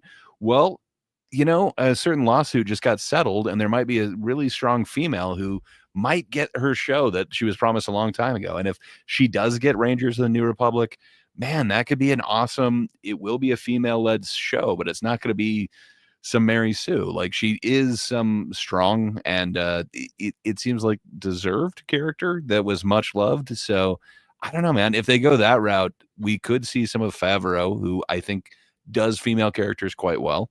I think we could see something really awesome with that. And I'm really looking forward to it. Justice for Gina, man. Yeah. So that's just my kind of seeing, like, when you have such a, like, where's the it's all about demand too. It's like when Thunderbolts fail, it's like, well, where was the demand for that? It's like what's with not Andor, you got Acolyte, you said, where was the demand to have a show like that? It's like, it would have been cool if you give me the elevator pitch of it where you're going to see it from the Sith side. It's like, oh, that'd be really cool. In the High Republic, the time where essentially like the peacekeepers are the Jedis and they're essentially like the police of it. Yep. Everything's under their rule. That sounds awesome. That's not what we got. We got this really shitty mystery that didn't work. Where's the demand for that? Like, where's the, like, when you see on social media or you talk to people, where's people that are go like, I want that. That's the next thing I want. I don't know. Dude, there's demand for that. Is there? It was huge. People I demand excited. that. Well, you have to remember, Warren, there was a lot of hype for the Acolyte. There was for a lot. And Warren, if I tell you right now, like, hey, I want to make a show, it's going to be about a Sith apprentice. Mm-hmm. You're going to see the whole apprentice thing from the Sith side. Are you in? Badass. Especially that sounds in a awesome, High Republic time period where the Jedi were bloated and corrupt. Yeah, all day long. With the cast, and then you add in the cast, and you're like, Yeah, I have no problem with the cast if it's written well. That's the problem. This all comes down to poor execution. And it's like you can have all the gay, lesbian, minority characters you want. It just write good damn characters. Yeah, but then you can't. If you have all that, then you can't complain that males aren't going to watch your franchise. What male wants to see gay, lesbian stuff? A straight male doesn't want to see that shit. I don't want to see that. It's about. I'm cool with seeing lesbian stuff. Like if you had 2 lesbian Jedi, and who just every once in a while that you see them maybe hold hands, no one's going to give a shit if she's a badass. Killing stormtroopers and doing all that. That's MSK. Yeah, but if they're talking about getting males back, straight people don't want to see that. That's just something I could care less to see. MSK. 2 words for you. Who's okay with seeing gay couples? It's the Gen Z generation because they grew up with it. True. You're talking about the Gen Z generation has no problem with homosexuals because guess what? They've been surrounded with homosexuals their entire lives. So it's I don't think they're going to pull that away. Pull that way. Force scissoring. Come on, dude. It sells itself. I pulled out of many women during sex. All right. This is the same Disney whose multi-billion-dollar content engines, Marvel and Lucasfilm, have stated men of all ages over almost 2 decades since the company acquired them. The sources say Disney has been seeking new IP and pitches such as splashy global adventures and treasure hunts, as well as seasonal fare like films for the Halloween corridor. The calls come as the Star Wars machine struggles to produce any film project and the superhero genre sheds audiences by the minute. I mean, and keep in mind, even when you're told, like, let's say if I don't like those gay characters, then the French people and the executives and you don't like gay people, you're a bigot. It's like, what? Now you just don't watch. Good Lord, I hate people these days. While two insiders say the mandate to recruit young males go as high as the C-suite, the task primarily has fallen on David Greenbaum, the former Searchlight Pictures co-head brought on in 2024 to run Disney's live-action film business. The label has been sorely lacking in guy-leaning fare, like the Pirates of the Caribbean franchise for nearly 10 years. Studio insiders say the property is in active development, though not in its latest report iteration involving Margot Robbie. Yeah, they wanted to make a Pirates movie involving Margot Robbie. It's like, don't call it Pirates of the Caribbean. Call that something different. I'm kind of here for that, though. Margot Robbie and pirate getup. And some booty, having her booty blown out. The only thing I would want is like, don't skip out with Jack Sparrow, because you can't have a Pirates of the Caribbean without Jack Sparrow. But Margot Robbie, yeah, bring her in. I don't care. I remember they wanted to do a Pirates of the Caribbean like reboot or legacy sequel to like the original franchise. It's like, see, that's where they would. This is why people in business are stupid.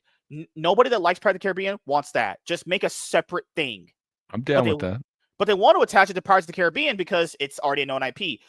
To say nothing of the lackluster attempt to reboot and hand off Indiana Jones in 2023, which earned $333 million worldwide on a $300 million budget before marketing costs. Yeah, that movie completely failed. Ooh, ouch. That's talk about a Phoebe flop. Waller-Bridges, though. A Disney source says that movies for Gen Z men are part of an overall strategy across all labels, but no more urgent than any other quadrant.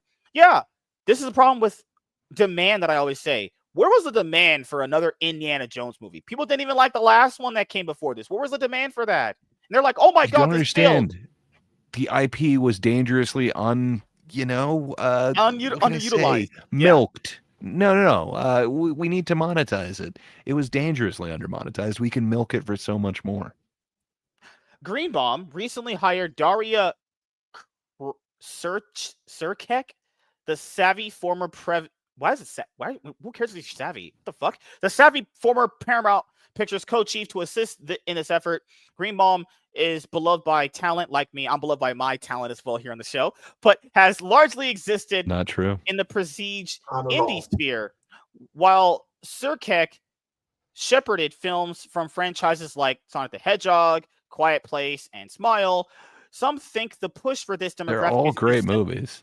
Yeah, these are. I'm just saying. I never saw Smile. If Sirkek was able to do all of those, man, that could be really awesome. I love the way that they were able to kind of treat Sonic, where it kind of had just the right tone, and then they were able to pivot as well when they got the feedback of, no, that looks like shit, and it became quite good. The trilogy is great. Oh yeah, Sonic. Oh, I love it. It's really good. Quiet Place. First one's awesome, and Smile is awesome. Smile 2, one of the best musicals of last year. Smile is awesome. Did you like Quiet Place too? I get a bit of a fondness for all of them, but 2 is the least good for me. But first one I like the franchise. First one is. I never did watch the third one. I didn't watch the third one either, but I heard that was a prequel. So I mean, you get to see Johnny Blaze, and I believe that's also Lupita Nyong'o. But it's okay. It just makes me anxious for the cat. They've got a cat with them in the third one. It's like, why? Bad cat owners. Some think the push for this demographic is simply Greenbaum trying to put his stamp on live action. Yet numerous power players who spoke with Variety see something ominous in the tea leaves. When the execution is correct, Disney's sweet spot, that's kind of gay, at the movies has been millennials.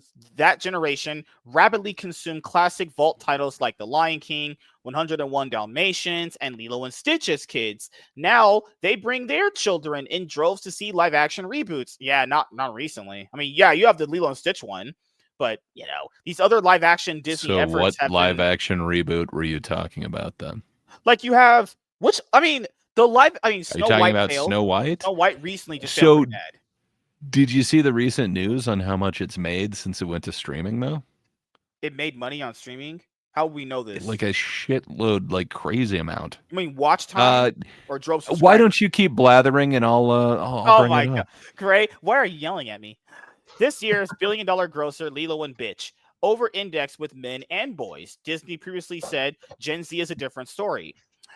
Built-in interest is not nearly as guaranteed for such an audience, which propelled Warner Brothers, a Minecraft movie, to nearly $1 billion haul. That was a game Gen Z played as very small kids. Not to mention the euphoric viral moments it created for young men, filming key moments inside multiplexes and sharing them on platforms like TikTok. See also Universal Pictures' Gentle Minions trend in 2022. Oh, I love the Minions movies. I love those. Those are fucking fun as hell. When Gen Z bros pack theaters in suits and ties for Minions, The Rise of Gru. Yeah, the Gentle Minions trend. I like that one. Oh, I love it. I love it. As it stands, Disney is in line with Sony Pictures and Paramount in its market share for Gen Z. 10% of ticket buyers in 2024. So they want to increase that, okay?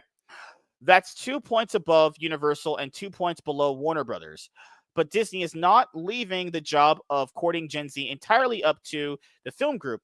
Concurrent to Greenbaum's hire, the corporation bought a $1.5 billion equity stake in gaming juggernaut Fortnite, which will incorporate Disney's iconic stable of characters. Two sources say Disney does not, however, enjoy movie rights to Fortnite itself, which would seem a no-brainer in luring Gen Z to theaters. Yes, Disney was the unrefuted king of the box office last year. It will win again this year, with 2 films potentially crossing the $1 billion mark, Avatar and Fire and Ash, and Zootopia 2. 4 movies from Disney labels have grossed more than $1 billion in the past 16 months. No other studio has had one in that time frame. So it's staggering to rival studios and deal makers that Disney is looking to blaze new trails after years of being the envy of the town, having counted for so long on sure things from the worlds of Iron Man and the Jedi. Disney CEO Bob Iger confirmed as much on a quarterly earnings call this month, saying his film group won't favor existing IP over original material. He says the priority, Iger said, is to put out great movies. Yeah, that should always be the main driving factor. That should have to be reiterated. So are you telling me you weren't putting out great movies by what you're saying previously? Because that's be the problem. Because I remember when this guy said we're going to do more quality than quantity. Yeah, I remember that. He said you're going to have less movies for Marvel per year, and they're going to do that. Yeah, but I don't think just having less is going to... Because if the less stuff you're giving is still bad, it's still going to make the same impact, you know? Well, at least they're admitting it. I mean, he's like, we'll put out better movies. Yeah. So we're going to spend more time, not rush production, make sure that we have a more cohesive plan instead of just ramrodding all this stuff out. So that's all good signs. That's what stuff that you want to hear. Walt Disney Studios declined to provide a comment for the story. Much has been written about the narrowing audience for superhero movies. The performance of Marvel's latest release, The Fantastic Four: First Steps, which aimed to launch yet another superhero franchise led by Pedro Pascal and Vanessa Kirby, failed to meet expectations. That's despite good reviews, a promising opening weekend, and the full attention of Marvel czar Kevin Feige. And we talked about this. I think me and Warren did a video about this. It's like there is superhero movie fatigue. It's just not the way people view it as. It's like the superhero genre, it's gonna have its core audience, like me and you have said, but it's gonna have this point where it's gonna cap out, right? That means people are fatigued of something. We just haven't figured out what the main driving factor of that fatigue is.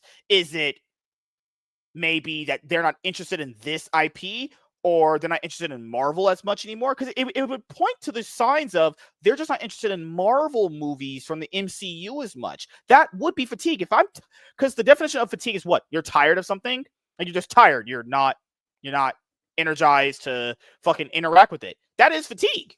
But what is the driving factor of the fatigue is they need to point out. It's like, is it quality of movie?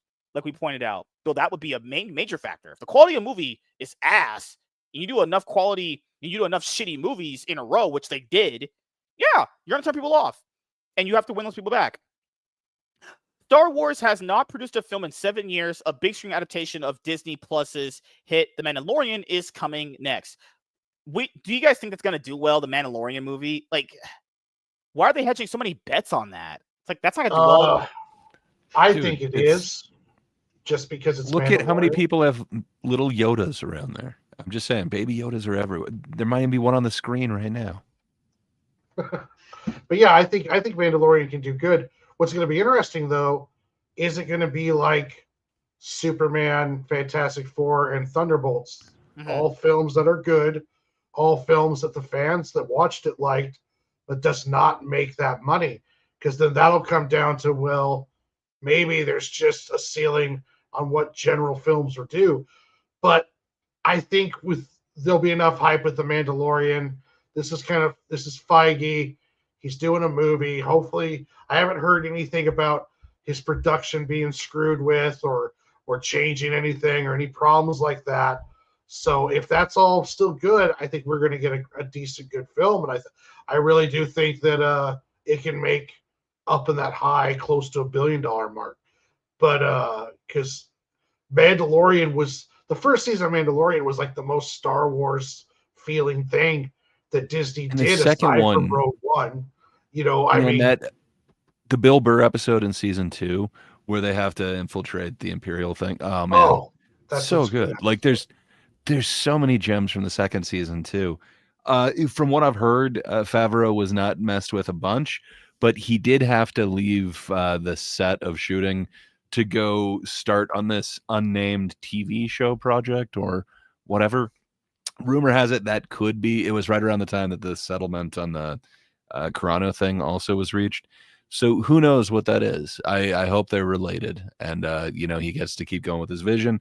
When he's able to do his thing, it seems awesome.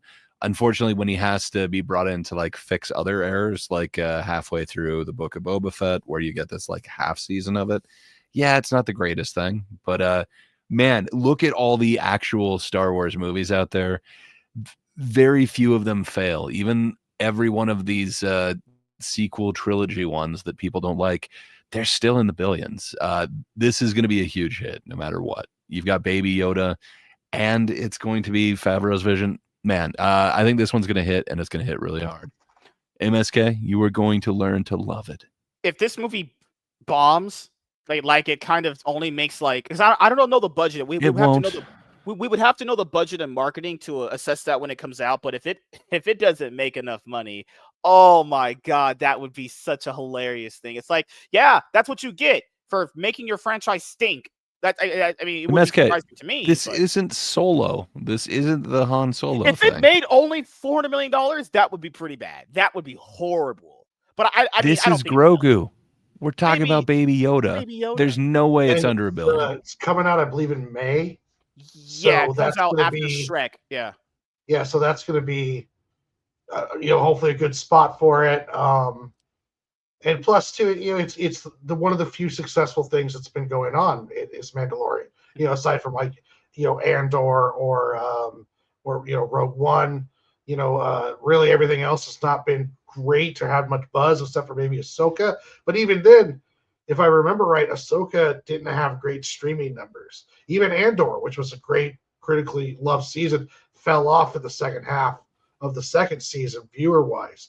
So there is how much trust is there? How much are people going to want to come out? Every year, it seems more people are going to movies. So if that trend continues next year, next year is loaded. We've got Supergirl, Spider-Man, Avengers Doom, and also Mandalorian, Shrek. I mean, yeah, it's going to be a loaded year for movies. So maybe there'll be enough of a trend that all the movies get a boost just because people are going to go back out and start seeing stuff. That'd be awesome. I hope so. One top film executive at a Disney rival. What the hell? My brain just fried. Jokes aside. There is one top film executive at a Disney rival. Oh my goodness. I'm a Disney rival. Okay, all right. One top film executive at a Disney rival says every studio should be looking for originals as sequels and reboots continue to exhaust the culture, even if they're packing in moviegoers in the short term. People have been saying this forever. Boom. Make different I shit. don't know who that top executive is, but he's fucking right. Look at Sinners. There's a reason why people are going to keep talking about that. Yeah. And why it's making Lowest records where second weekend drop ever in cinema history. That is insane to have. That means the interest in that was beyond there after people watched it. Like, people have been saying, we've been saying this forever. Like, okay, so here's my twofold argument with this. So people say they want different shit, and I will say they do make different shit. People just don't go watch it, though. There is that too. They have made different movies. People just don't watch them. But now, is that marketing? Is that who your actors are? Is that like how you're presenting the movie? Could be all that, right?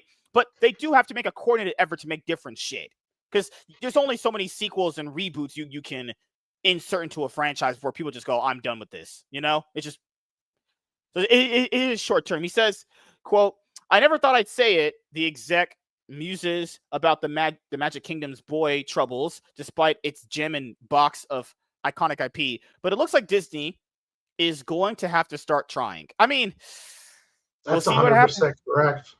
I agree. I mean, they have all the toy. They have the best toy box in the industry right now. And aside from, I mean, there are, I think they probably have the overall best toy box, especially for that demographic that they want to try to hit. And they just need to do better, in my opinion. Just need to make better shit. Yeah. Gray, what is your final thoughts? Yeah, I mean, I just hope that they make something good. If they want to couch it and find they're making something for boys, fine. I think they need to focus on making something good. I think anytime they've tried to do this gendered thing, they've gotten it wrong. Just make something good. Make something that, people want to watch and people can identify with, a good character arc, a good journey, something that is actually planned out, which, they failed at quite miserably in the past. And I think they've got some really good people in the place to do it. I think they just need to let them do it. I don't think Favreau should necessarily be like the one to take over for Kennedy, but man, I think I like the way that dude's running shit a lot more than Kennedy. So it wouldn't be the worst thing, but I think he needs to be making a film. And I'm glad that he finally got to with Mandalorian and Grogu. And I think it's going to be awesome. And I think it's going to show you that MSK, you're wrong about everything. You can also target the women by bringing in the baby Yoda, and everybody's going to want to go see it. That's how you target women. Give them some cute little cuddly shit they'll watch. You don't need to dedicate the whole brand to them. Give them some cute cuddly dragon. If Baby Yoda was a dragon that flew around and talked, they think, oh my God, I'll just get on my knees and blow my boyfriend right now. So I think it's everything we said. I think it's bad marketing. I think it's bad movies. I think it's bad gauging at interest of what your audience actually is. I think it's also bad that it got to this point where it has to be this dire. It should have never got to this point. Just admit the fans were right, you were wrong, and now start course correcting. I'm saying if you want if you want more dudes to watch your shit, then make stuff for dudes. Really not that crazy of an idea, right? But you can make strong dude stuff where the guys are strong and they're leading and they're having a good arc, like Gray said. Not like I get kicked in the balls and my girl, she butt fucks me with a dildo. It's like not something that people want to be interested in. Not just you don't have to write your life story, dude. Like no one wants to watch dudes get cucked, and that's not watching a strong male. They want to see strong males. I need just dudes in this franchise. I need just dicks. That's it. No women ever again. Women ruin everything. Why can't we just have stuff for us? Why do women have to be in general? Women ruin everything, But that's different discussion for another day. So, thank you guys for checking out this video. If you guys are returning viewers or new viewers, then please consider subscribing to the channel if you've not already. Leave a like on this video if you enjoyed it and comment down below. Also, make sure you guys hit the notification bell. That way you guys can get notified on whenever I upload brand new video or go live. I'm MSK, aka Master Swag King, and we're going to be signing out, guys. See you guys later. Goodbye. Peace. That was an awesome video. You guys are fucking bastards. Good Lord. We had a pretty interested chat tonight. No, I hadn't seen Nick in the chat in ever. So I think this was his first episode he watched. So yeah, thank you to every single person that came out. Nick came I'm out. sorry, Nick, that you shouldn't have had to watch this. I'm very sorry for you, sir. Blue But thank you for sticking around. Blue Eyed Scorpio came through. My friend came through. Laps was here. Michael, yeah, you guys showed up. And keep in mind, I don't even really disagree with a lot what you guys are saying. I think it's, you have to understand audience and all that stuff. Like, if I'm trying to portray MSK, something, are you saying that you understand audience? I understand everyone. I understand you guys' minds. We understand how much you hate women, so and just want a world of all men. I need straight, and keep in mind, since most of our demographic is straight to a certain extent, barring Looney Tunes, make some straight characters. They're pretty cool. No. I think you heard about the whole Minnesota shooting, right? You guys did. But this is the problem that happens in all this shit. They're like, now we need stricter gun laws. I think that just ignores the real problem. We need better mental health coverage. Yeah. But I'll be like, but we'll just do prayers. Yeah, prayers didn't help them kids getting gunned down by that weirdo. That didn't help the kids at all. It just didn't.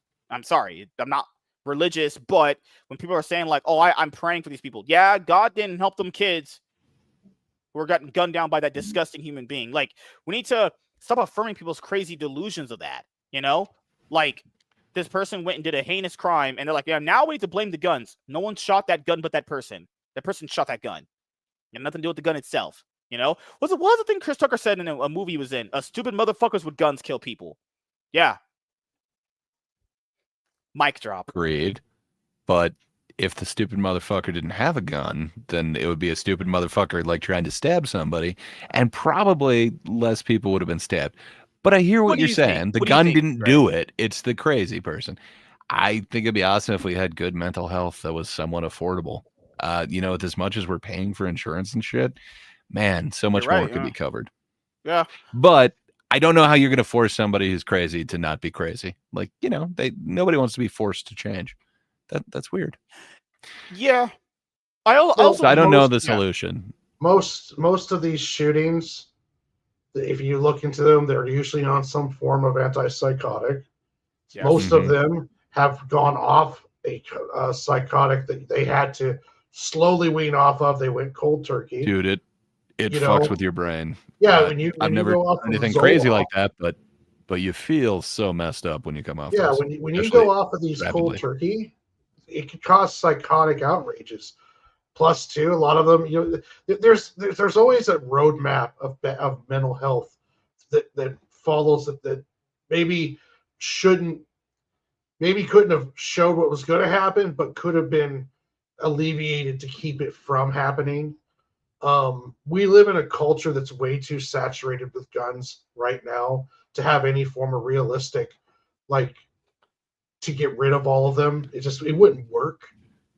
So we have to start looking at it like, okay, the gun didn't make the person do it. Is there a way we could stop people from getting so bad that they do it? Since we can't get the guns out of their hands, then maybe we need to work on trying to identify and also trying to help more people so they don't get driven to this point where they go and something crazy and start shooting up a whole school along those lines. So I think it's a very multifaceted thing that can be worked out, but then just going to kind of ham-fisted solutions where it's more of just a political talking point to try to fundraise money off of, to protect guns or to take all the guns away. That's not addressing the problem, and all it is just, what was it that guy that used to work for Clinton said? Never let a good crisis go to waste. And that's essentially what, to say, well, we just need to get rid of all guns. Well, that's not going to work. That's not going to happen. So let's work on realistic solutions to these situations. Now, some of those solutions may be different forms of checks or gun controls, which is fine. But we need to talk about serious, realistic solutions instead of going straight to ham-fisted talking points where it's just like, oh, well, they're coming to take all your guns. No one's going to come take all your guns. And then, oh, we need to get rid of all the guns. No, we can't do that. It's impossible. We have too many. It's too saturated. We couldn't even get rid of alcohol. We are not going to be able to get rid of guns. It's just not going to happen. So it's a lot of things that go into it. For me, since we know it was the person that pulled the trigger to do that, and the person was a Looney Tune, this is where people need to understand, because this is what you always hear, where it's just that person, let them live their life. Well, good lord, because that always irks me in a weird way. If someone lives their life in a weird way and does something heinous like that, you kind of know in the back of your head they're gonna not do that, but you kind of know in the back of their head this person's not stable, right? And if this person is hyped up on a bunch of, like you guys said, antidepressants and pills and all that stuff, that person doesn't even know what life they're living. They're not even sane in the head, you know? So I could believe someone would do that because this person probably was getting validated on bullshit. We need to stop validating people on bullshit. Is like, to me, someone living their life is, okay, I want to be a person that works on a farm. All right, cool. That's no harm to someone, right? Go work on a farm. Go be an electrician. Go be a plumber. Anything that stuff. What that person is doing is not living a life. That person is getting validated by delusions from other people telling them that they're something that they're not, and then now their mind's all fucked up and conflicted. That's not living a life. Someone is literally lying to you and telling you bullshit, and you believe it because really you need validation. I think that whole spectrum of people, it's not saying, can people say, oh, you're just blaming the whole group? Yeah, a whole group of people literally think they're the opposite of something that they're born as. That's not good. That's not. I'm sorry. You're literally living a lie, and other people are so cucked and they're so bitch made. They don't want to tell you you're living your life as a lie. You were MSK, born a dude. You're living your life as a lie. As a white man, I'm a white man. You know, I think because then like Matt Walsh had tweeted like trans people are the problem. Like they are though. Yeah, but they are. You know, you can't blame all trans people for the actions of this one trans person, even if they're, you know, because just like how you can't blame all white people when a white person does this, or all black people when a black person does this, or all Muslim or whatever. Yeah, you have to remember we live in a society, especially in politics, which kind of bleeds over into everything, where one side will demonize another side in order to get their point across or get their support. So you have left and right essentially dehumanizing and demonizing their opponents. Now, what happens with this is that when you get your little tribes built up and as people are soaking in this MSNBC, Republicans, Trump, evil, CNN hate, blah, bullshit. blah, blah, Yep. CNN bullshit, or the opposite. Then you start fiddling down into the very bottom end of these groups where you have someone who has serious mental illness, who has problems, who is just looking for something to set them off. And then that extreme person goes out and does something because in their mind, that trans person is shooting up Catholic people, Republican, conservative Catholics, people who are against the church is against gays, against trans.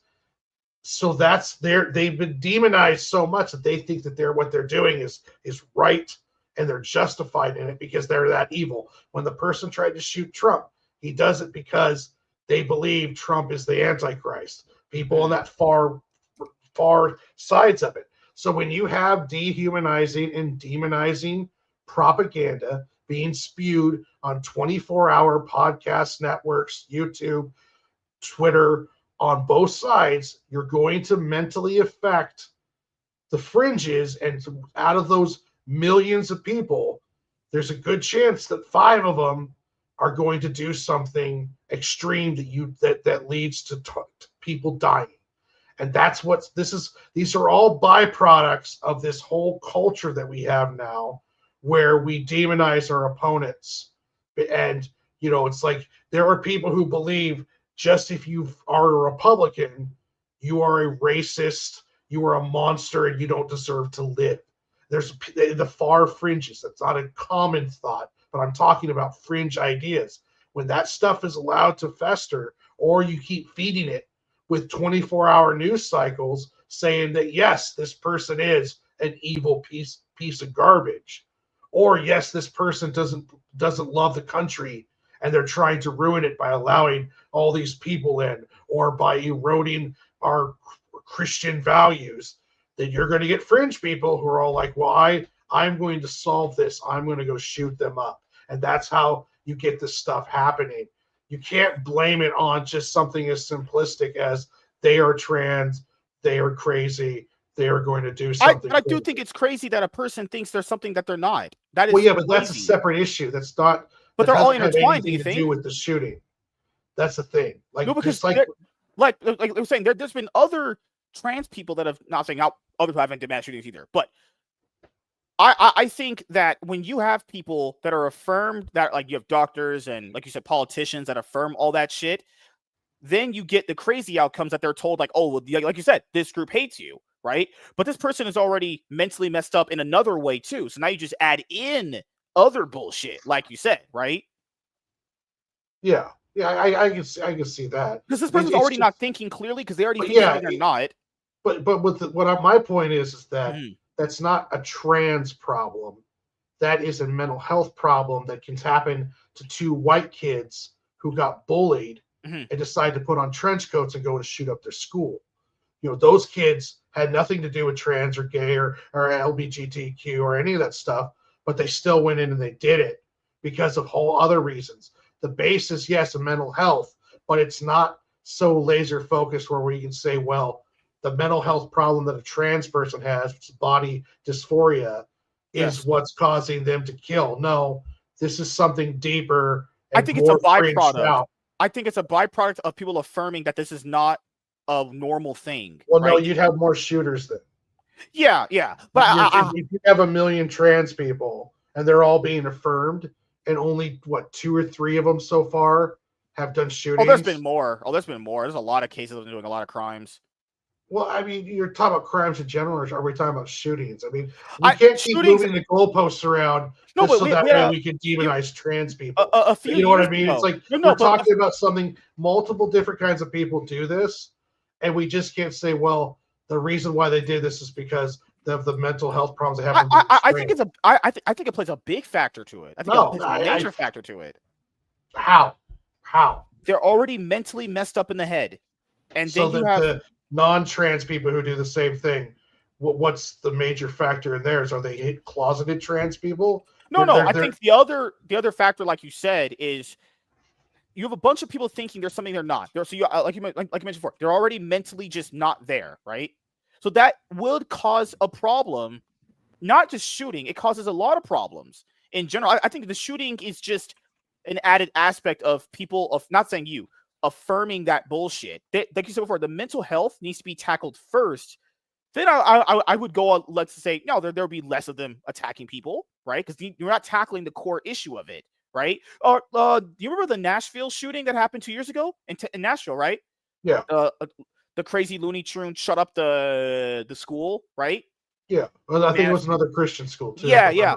But it's so weird.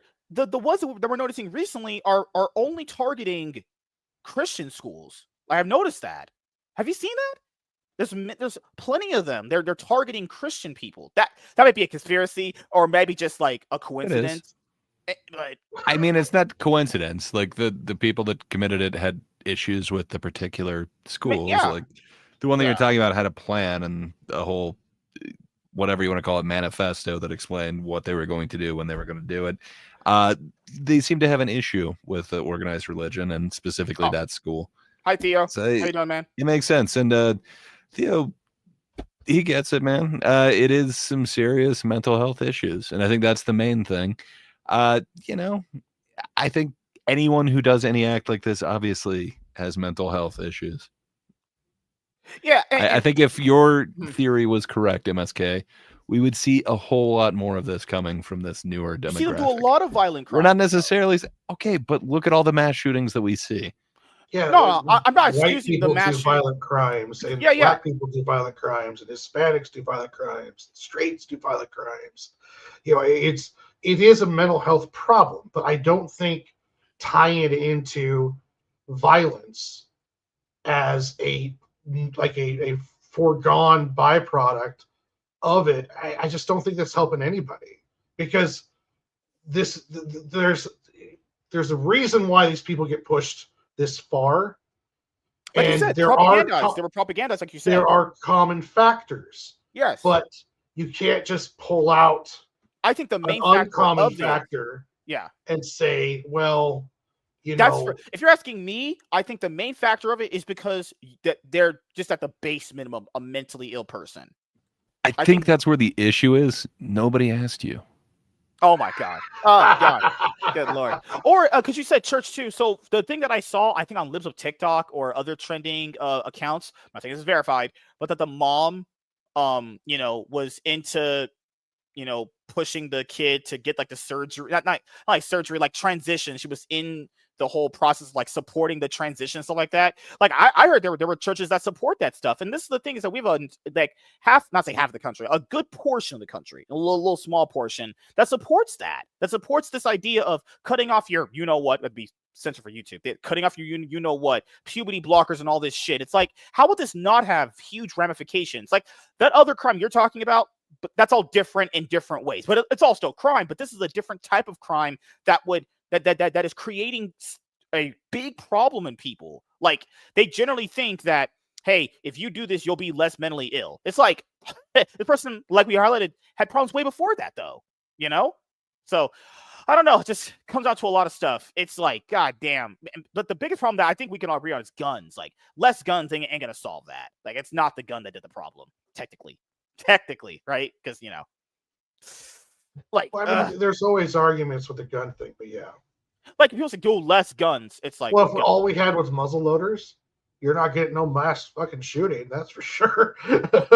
Yeah, because in America, people say, oh, but you guys have a lot of shootings, but Europe is no different. They have a lot of stabbings. Like, well, that is underlying problem. Well, is that that seems you different. take away guns away, we're going to hit each other with sticks. Yeah, you take the guns away, we're going to just make our own guns, black market. They're going to stab. I mean, yes, you'll get less people hurt. You could be easily argued, we don't need handguns. What's the purpose of a handgun aside from being able to hide it to shoot someone else, whether in defense or in assault? Mm-hmm. So, I mean, you could easily argue that there's no reason why any American shouldn't own a handgun or should have a handgun at all. You should have only let's say shotguns and rifles. Yeah, like recently that girl got in trouble in Europe because she had a long knife and an axe because there's been a lot of, gang rapes. Well, they were being harassed by these foreign men multiple days in a row. And then this one, she decided had enough of it and pulled it out to help protect her and her sister. And then she got in trouble. Well, yeah, but in Europe, though, they're gone insane there. And the European society is crumbling right now. So, yeah, there's a lot of problems in Europe right now. You're starting to see it show up in Canada, too. It's really like a really fundamental breakdowns in their infrastructure. Theo says being trans is a symptom of having some industrial grade mental health issues. Not trying to be a hater, just saying what it is. Homie from Minneapolis was on a bunch of meds. Yeah, this is another thing. This the doctors we want to talk about that. Not just only if you are a looney tune, the doctors put you on all these different medications and stuff like that. It's like, how else would that not have a problem? How else would just good Lord, doctors are even probably the worst part of it. These people are actively trying to ruin these people. Like, I understand having antidepressants because people are depressed. What the fuck are you blathering about? How are doctors actively trying to ruin people? Yeah. You mean by asking you how are you feeling and then believing what you're saying? Your they're bullshit, trying to ruin somebody. If they validate bullshit like that when a kid says I'm a girl, that's not a doctor to me. That's a horrible person. The boards are saying affirmative care is what you have to do, and you can be sued for not going with affirmative care. So why is it the doctor's fault if they're literally following the orders and they could lose their license for not doing it? That's the problem with the medical industry. We're all fucked, actually. So then it doesn't sound like it's the doctors. It's the industry. If every one of them were on the same antidepressant, well, then we need to look at the antidepressant. We don't need to look at what they're trans or not. You need to look at what are the common factors between all these things. And if there is common factors, then that's what we need to focus on. And that's the problem when this stuff happens, is everyone flies kind of off all half-cocked and starts pointing at all these different things that don't actually have to do with solving the problem. just reaffirming biases or along those lines. And I just agree with you. Yeah. Half cocked, even in some cases micro cocked, like MSK. But what in the world? The Democrat mayor of Minneapolis slams people for don't just say this is about thoughts and prayers right now. These kids were literally praying.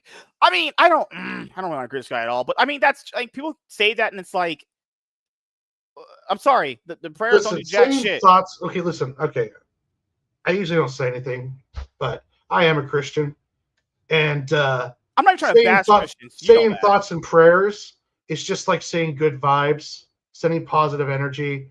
It's essentially like we're thinking about you and we're trying to support you the only way we can because I'm miles away and I don't have any ability to go over there and actually help out. Yeah. So, I mean, the whole thoughts and prayers thing is just really fucking childish and annoying. That when it's like, if these are people are showing support, so what you're doing, attacking that has absolutely nothing to fucking do with what's going on with the shooting, with the loss of kids, with the mental health problems, all of that. And it's more just, in my opinion, bullshit white noise away from what's actually going on here.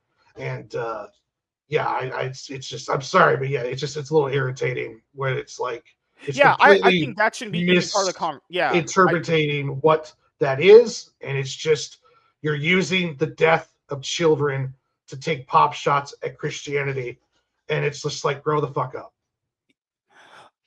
Right here we had some of the updates. I mean, this is pretty bad. Good lord. Updates. FBI investigating 2 fatalities, an 8-year-old, 10-year-old. In addition to 14 children and 3 adults were injured. Shooter's been identified. Blah blah blah blah. Good lord. Good God. Man, our country fucking sucks sometimes. God damn. This is the best country in the world, but god damn does it have a lot of problems. And all the problems would probably get solved if we had less people validating weirdos like that. Someone saying that was an actual girl someone stepping in and being like, hey, you're not a girl. We need to get you actual help. Having an honest person. That's what men are lacking. Honest male role models. I heard it was a single mom. That's another problem too. Lacking an honest, hard-working male role model ruins a bunch of dudes. That's another big problem too. But who knows? I'm just hot, rich, and good looking for a reason. None of those are true. Okay, so a woman is in a relationship with a man. They have a child, and then she realizes, this guy is not right. I don't want to raise this kid with this person. We are incompatible. I must get a divorce. So do you think that the kid should then be euthanized because single motherhood is just horrible? Like, what does the kid do when their parents split up? No, but it's a problem. I mean, no, I would hope the dad is still around, right? Ideally, but it's 50% of marriages end in divorce, man. Because women initiate. So you said the woman did initiate the divorce first. She didn't want to be married. Okay. What about the guy who's married to a hoe bag, like you will probably be at some point? Oh, yeah. And finally he gets enough respect and he leaves her, but she has a kid and she gets custody. So then what happens? Should the kid be put up for adoption? What is wrong with you? You are crazy. Well, what is wrong with you? You villainize single mothers. And you know what? I think it's awesome that they're willing to stay there when a lot of the men fucking leave, man. I think the problem is single parenting can have problems with kids. How kids turn out statistically. And yes, there are more single mothers than there are single fathers. But there is something about not having 2 parents and then something that does not do great for children's outcomes. There is something to be said about that. But what MSK is doing is just demonizing single mothers. I'm not necessarily demonizing. No, that's what you were doing. I'm not Warren had it right. Moms. I'm saying without a positive male role model there, albeit whatever situation happened, because shit happens. That's another thing where it's like, where were the positive male role models in that person's life to go, you're not a girl, we're not doing this, we're going to get you help.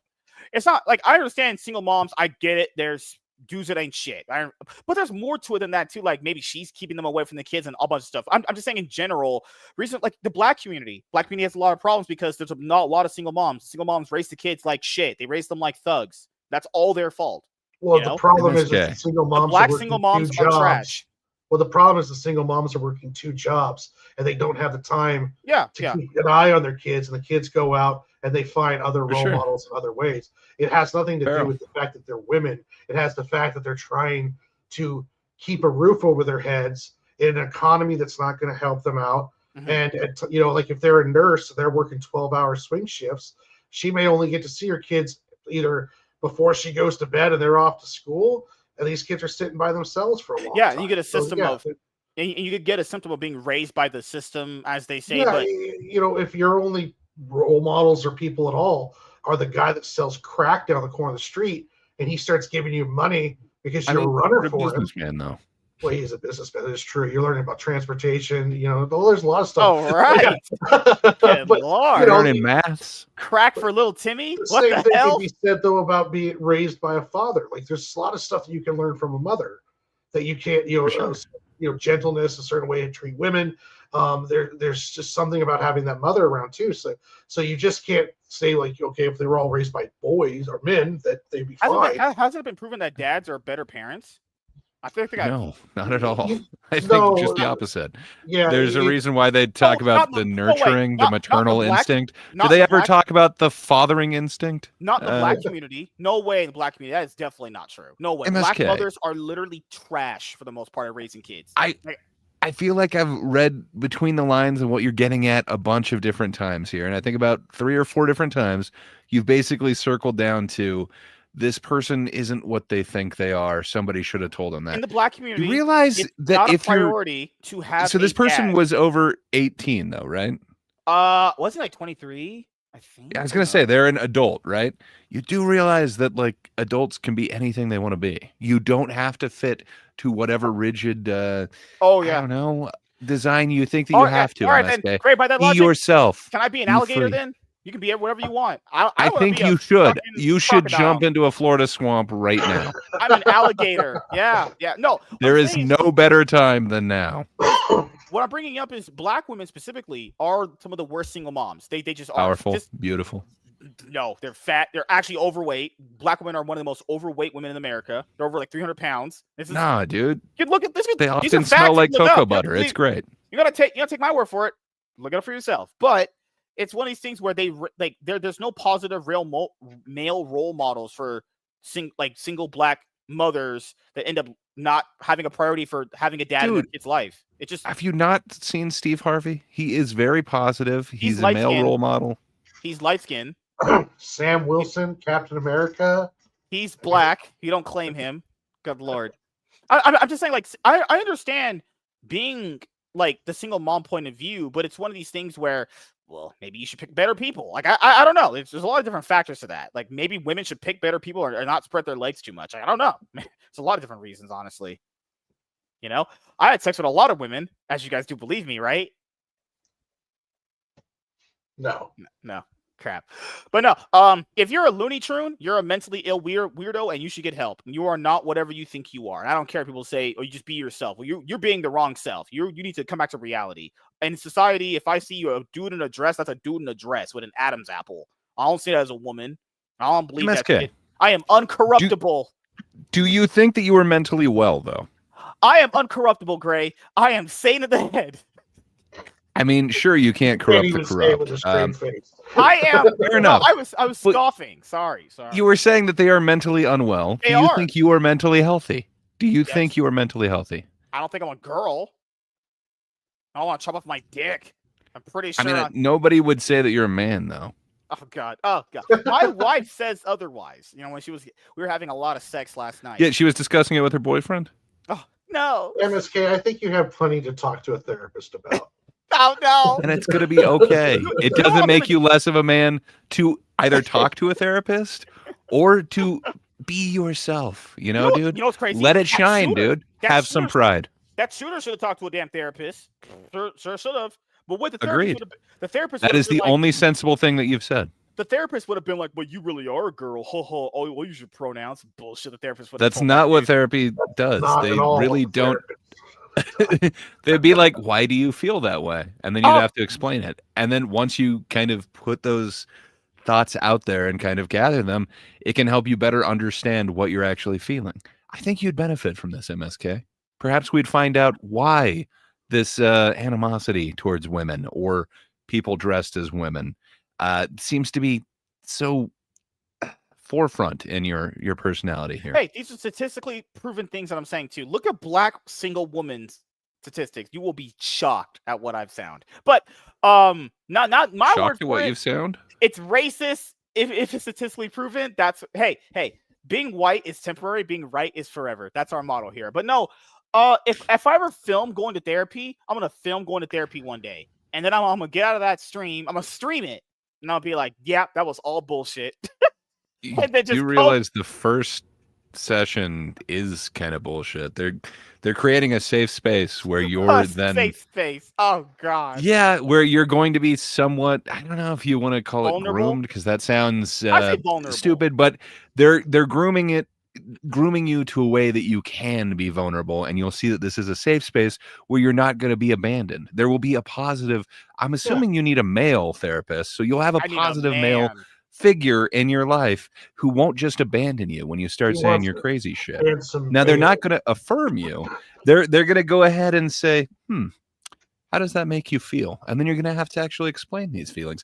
But you're not going to feel judged from them, and you're not going to feel like they're going to, leave you. Eventually, you'll get there, MSK. Fair enough. You're not. Remember when you were making out with your first girlfriend, and you came right as she touched your leg? It was me, Parry. I jerked you off at super speed so it'd seem like you nutted at just a woman's touch. What does that have to do with anything we were talking? Well, we started talking about him Didn't being Reverse his Flash true groom- self, Didn't and Reverse Flash groom Barry to a certain extent? so it was the Uh, word grooming.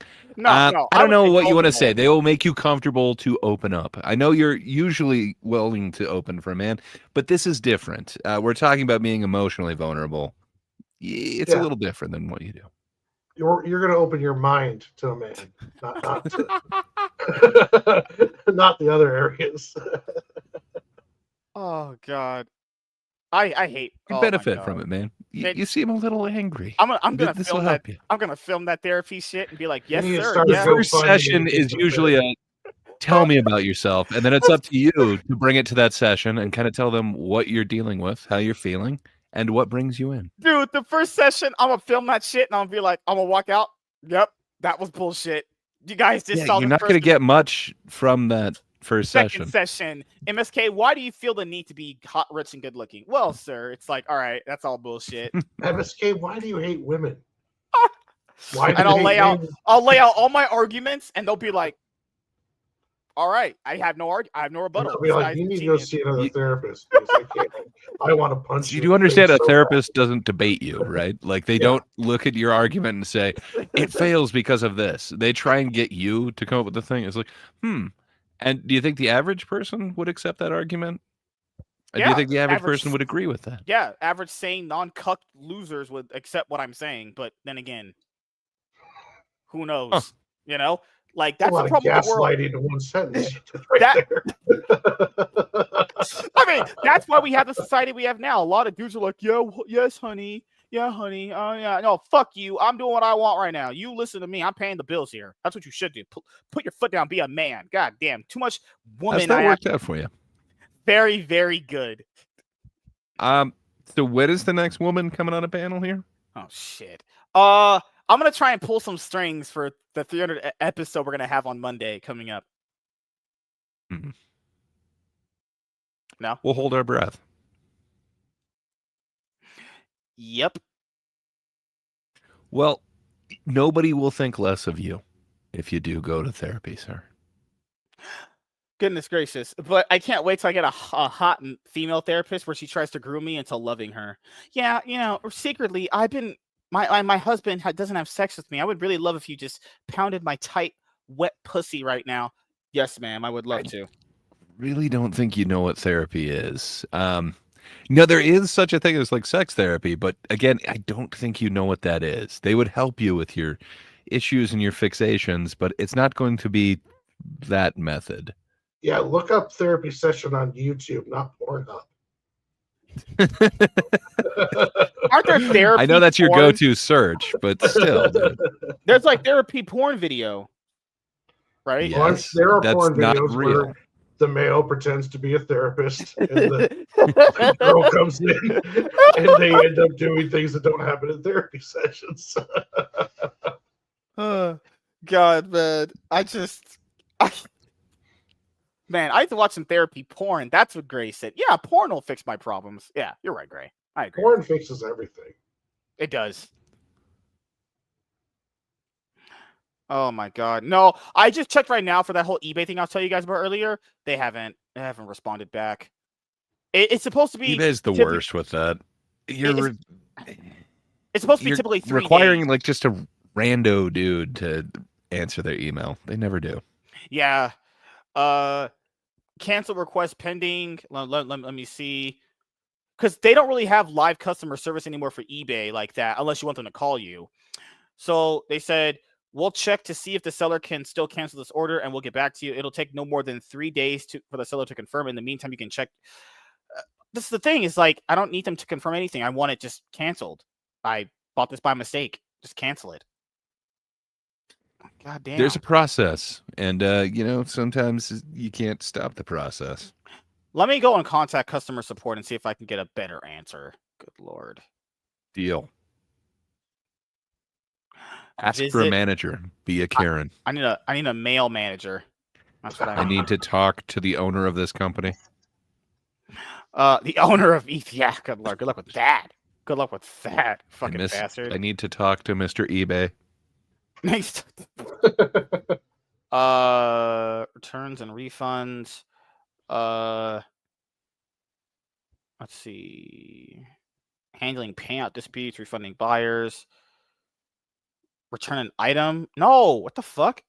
Well, that's what you're gonna need in the near future. Once it shows shipped, you'll have to return the item. Good Lord. Because then I'm stuck paying off an omnibus that I already bought. It's like one of those things where, what do I do? Just give it to you guys? If I end up having to pay it off and shit, do I just give it to you guys? Sure. Nothing I can really do. mean, What I do? Fart on it, piss on it, burn it, or something? I mean, I don't know why those are your only options. It could be sell it, give it away, read it, take it to the library, keep one as a collector's item.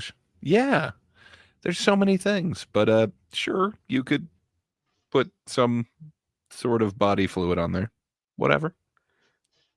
And the library is a big building with books that people check out. You'll probably be able to find one around you somewhere. Library, yeah, black person going and reading. I fucking can't stand you guys. So I initiated this cancellation request, I think yesterday. So by the 29th, if I don't get a response, then I'm gonna be like, all right, I'll just message PayPal and I'll just message eBay to cancel the order, because this person doesn't look like they respond a lot on here. That was the feedback that I had read about them. It's like, yeah, I got my stuff and it was packaged nicely, but it took a while for this person to ever like even get back to me. It's like, really? Good Lord. Let me see. Send feedback? No, not send feedback. What does an eBay seller usually have to contact you with? Like, once they ship it, they put in the whatever tracking number, but it's auto, the email that comes from them. They shouldn't really have to contact you unless you made a mistake. Yeah, from the other two sellers where I bought something on accident, I got a refund instantly. But this person, it's looking like it might take a little bit of time. Oh my goodness. Let me ask AI. eBay customer service number. Well, come on. At least get ChatGPT where it's got a voice. Let us all hear your AI conversations.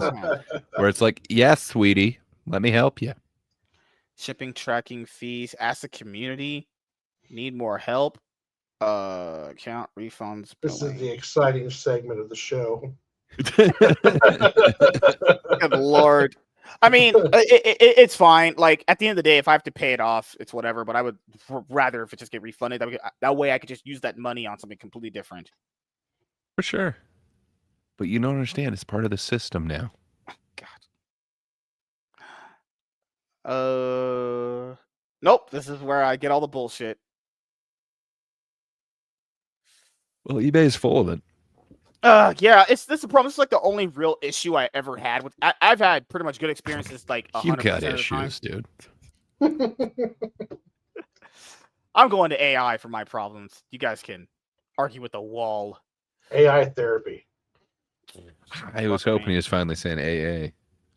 Contact us, call us. Good lord. AI mode. How to request a callback. Oh my god. You don't want to be called with a solution? Instead, you'd rather just sit around and not get it answered? It said to navigate eBay's official help and contact page. Sign into your account. Use the automated assistant to find articles on your issue. If you don't find a solution, we'll offer contact agents. Oh my god. This is such bullshit. It's so stupid. Why? I'm only going through the guy that I buy omnibuses from now on. He's the only person I'll trust. This is why I only trust guys.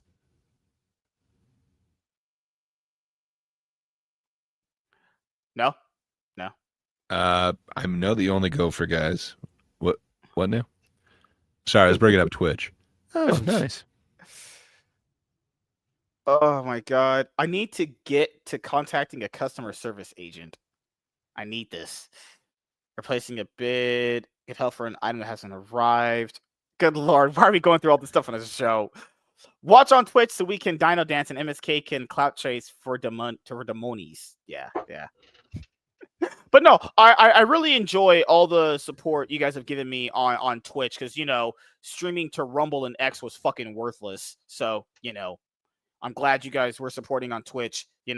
Everyone's just dino dancing. But yeah, we're going to wrap it up here. I have to get to work later tomorrow, but, it's not going to be early in the morning, which is fine. I work 11 to 7, so I'll be off. We'll do a late game stream tomorrow. That's pretty much it. So, yeah, we'll start with Great Poupée. What do you have planned coming up that you would like to let the audience know about? Well, content in the future. This is the summer of gray, and it has come to an end, which means now I got to get to work. So expect real content on my channel soon. But if you just can't get enough of me, check out That Darn Kidda's channel. That's YouTube at That Darn Kidda. We're taking over her channel tomorrow. She may be off jet setting. I think she's in Poland or something like that. She's somewhere else in the world. And because of that, she left her channel to us. So we're trying not to get it taken down. But we have covered a couple of good movies on her channel. Things where you can really talk about the acting, the cinematography, the use of lighting. But we haven't tackled a bad film, and that's exactly what we're doing tomorrow. We're tackling one of the worst movies I've ever seen, which is Ice Cube's War of the Worlds, the Amazon product placement film. So if you want kind of a world opinion or worldly opinion, I think there's people from like 4 different countries who are still getting together and disagreeing about this movie completely. But because MSK just wouldn't do a watch along with this, I got some other people to go ahead and watch it, and now we're going to talk about it tomorrow. So come over. We're going to try to get Kidda's channel not taken down. Thank you for putting in the link there, Michael. You the man. But that's about all I got going on. Other than that, I appear on the internet in places, but content soon. Unlike Warren, who just has content steadily going out. I'm sure there's going to be a little dip in it for a second, but man, I'm excited for everything you got going, Warren. What you got going, sir? Well, this will be the last time I'm on until probably Wednesday of next week on this panel show. I'm going to start my move on the weekend with the big part of it on Monday. I hope to have everything set up and ready to go by Wednesday. But if not, it'll be by Friday, hopefully. But yeah, that's the plan, is get everything set up and then get back to my Sunday streams. I won't be doing one this Sunday because I'll be in the process of moving. But after I get over there and get my new setup, then it's going to be a lot more activity, hopefully, on here, and then possibly on Twitch and also on Facebook. So, or on TikTok. So yeah, lots of stuff coming down the line, but a little bit of a pause while I do the move. Deserved, because you're putting out a lot of content there, and you're giving away a lot of free talent to MSK. You deserve a break. Oh, thank you. Wow, that's how you guys feel? Wow. Hurts my feelings. I'm gonna go cry now. This is the resident sleeper emote that I use when I watch horrible, boring movies. I'm like, just, just dead, just fucking dead. Honestly. Oh my god, you guys talk for a second. Good lord. Oh, thank you for Okay. the link there, Michael. Hell yeah. Well, it's like You're there's a the fire man. truck passing. Okay.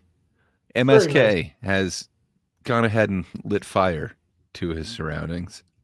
Hopefully they get that put out real soon. Yeah, that's true. Oh, Well, I Michael, know you. he is awesome. Michael is the man. Oh, yeah. Oh sure, MSK. We I'm were black. talking. Go Oh, away. go. I'm I know black. some people have disparaged your draw streams and the fact that, it's just some guy showing off his great talent.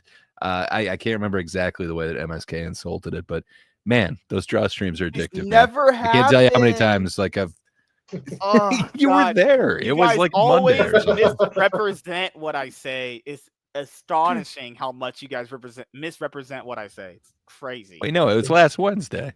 Yeah. All You I still heard You said. were just being a jerk, Oh, talking about people just like sitting in a room writing and drawing stuff. It's like, yeah, being awesome and talented. I come on the show a lot, but I'm starting to get more and more attacked every time I come on here. It's just starting to hurt. Anyway, it's really inspiring to watch your draw streams, man. I've thank gone through and done the replay a bunch of times now. I'm going to be doing more of them, and with the new setup, I hope to be doing more than just on Sunday. And I'm going to try to be more active on TikTok. I don't know if you have TikTok, but I do some live streaming on there too. But yeah, I appreciate it, Gray, and yeah, I'm going to keep doing it. Yeah, when I get my new phone set up, I'll have a TikTok because I couldn't do it on my current phone. It's just not it's low storage. It would not be good enough. Like this phone takes up like a lot of app space just for having an app. So I went and got the new phone, 128 gigs. Woo! It's gonna video like compa calls and full day of going to the movie theater are gonna look great. I'm gonna record the last episode of full day of going to the movie theater and compa call on this phone to make sure it's consistent. And then when the newest episodes come out, it'll be on that phone. Coming up for me tomorrow, late night league stream, MSK show one-on-one with a guy that I'm going to talk to for the first time because Warren will not be there this week because he's getting ready to move. Saturday, show with Laps Comic Fan. Show Sunday. No, game stream Sunday. I'll probably play Master Duel Sunday. Who knows? I'll probably, or League or whatever. And then Monday, we have the spectacular MSK. And then the MSK show the same day. Also, Monday, 300 episodes. I'm going to try and get some guests. I'm going to try and get a nice, juicy, fresh panel here. Maybe there might be a few girls that show up. Who knows what might happen? So the theme is juicy fruit? That's a black people gum. Gray. It's a good gum, man. Or do you like Winter Fresh? Yes, both of them. Double mint? I could take or leave double mint, but I love the commercials. Juicy fruit is pretty good gum. Also, don't swallow gum. You will get constipated. Your butthole will be exploding. I thought you said you exclusively swallow gum, MSK. Did I mishear you? I think you did mishear. MSK, you should actually show us inside the theater now. That place is getting reconstructed. It's horrible looking in there. There's literally a big fat white guy, and then there's just, a typical movie theater. Honestly, MSK, I think if you posted a lot on TikTok, I think you might do pretty good. I want to, yeah. With the personality, with your style, if you're doing like 1 minute shorts and talking about stuff and just popping them out all the time, like in the car before you go in the movie theater, after the movie, stuff along those lines, I actually think you do pretty good on there. You'd probably be surprised on how well you'll do on there. No, TikTok I heard has the best. TikTok, speaking of algorithms, has a way better algorithm in creating and getting people's content seen. And it's very organic. And TikTok itself has attracted a lot of just normal, everyday, average people to their platform. Has Rumble did that? No. Rumble's been, oh no, we're free speech. Okay, you can be free speech, that's fine, but you're not attracting. Why did you turn hey, you should do this to Rumble sucks thing again? Oh, it's just, always gotta throw in that Rumble, freaking jab in there. But no, TikTok has did a great job of garnering people to come to their platform and make content there. I get it short form, I understand that, but make it quick and snappy, MSK. I'm very good at sex. I'm very quick and snappy with it. All right.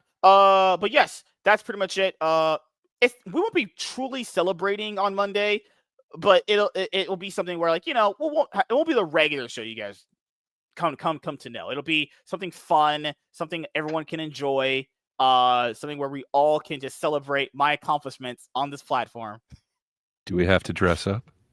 You could, if you want to. Go ahead. I'll probably be half naked on here, eating out my wife. No, that's a lot of ass. So I'll be listening while I put my apartment together. Hell yeah! I know how that is. Yep, I get what you mean. I put together a lot of stuff, and it always comes up pretty good. So yeah, thank you guys for checking out this episode of the MSK Show, and we will see you guys later. Have a great rest of your week, everybody.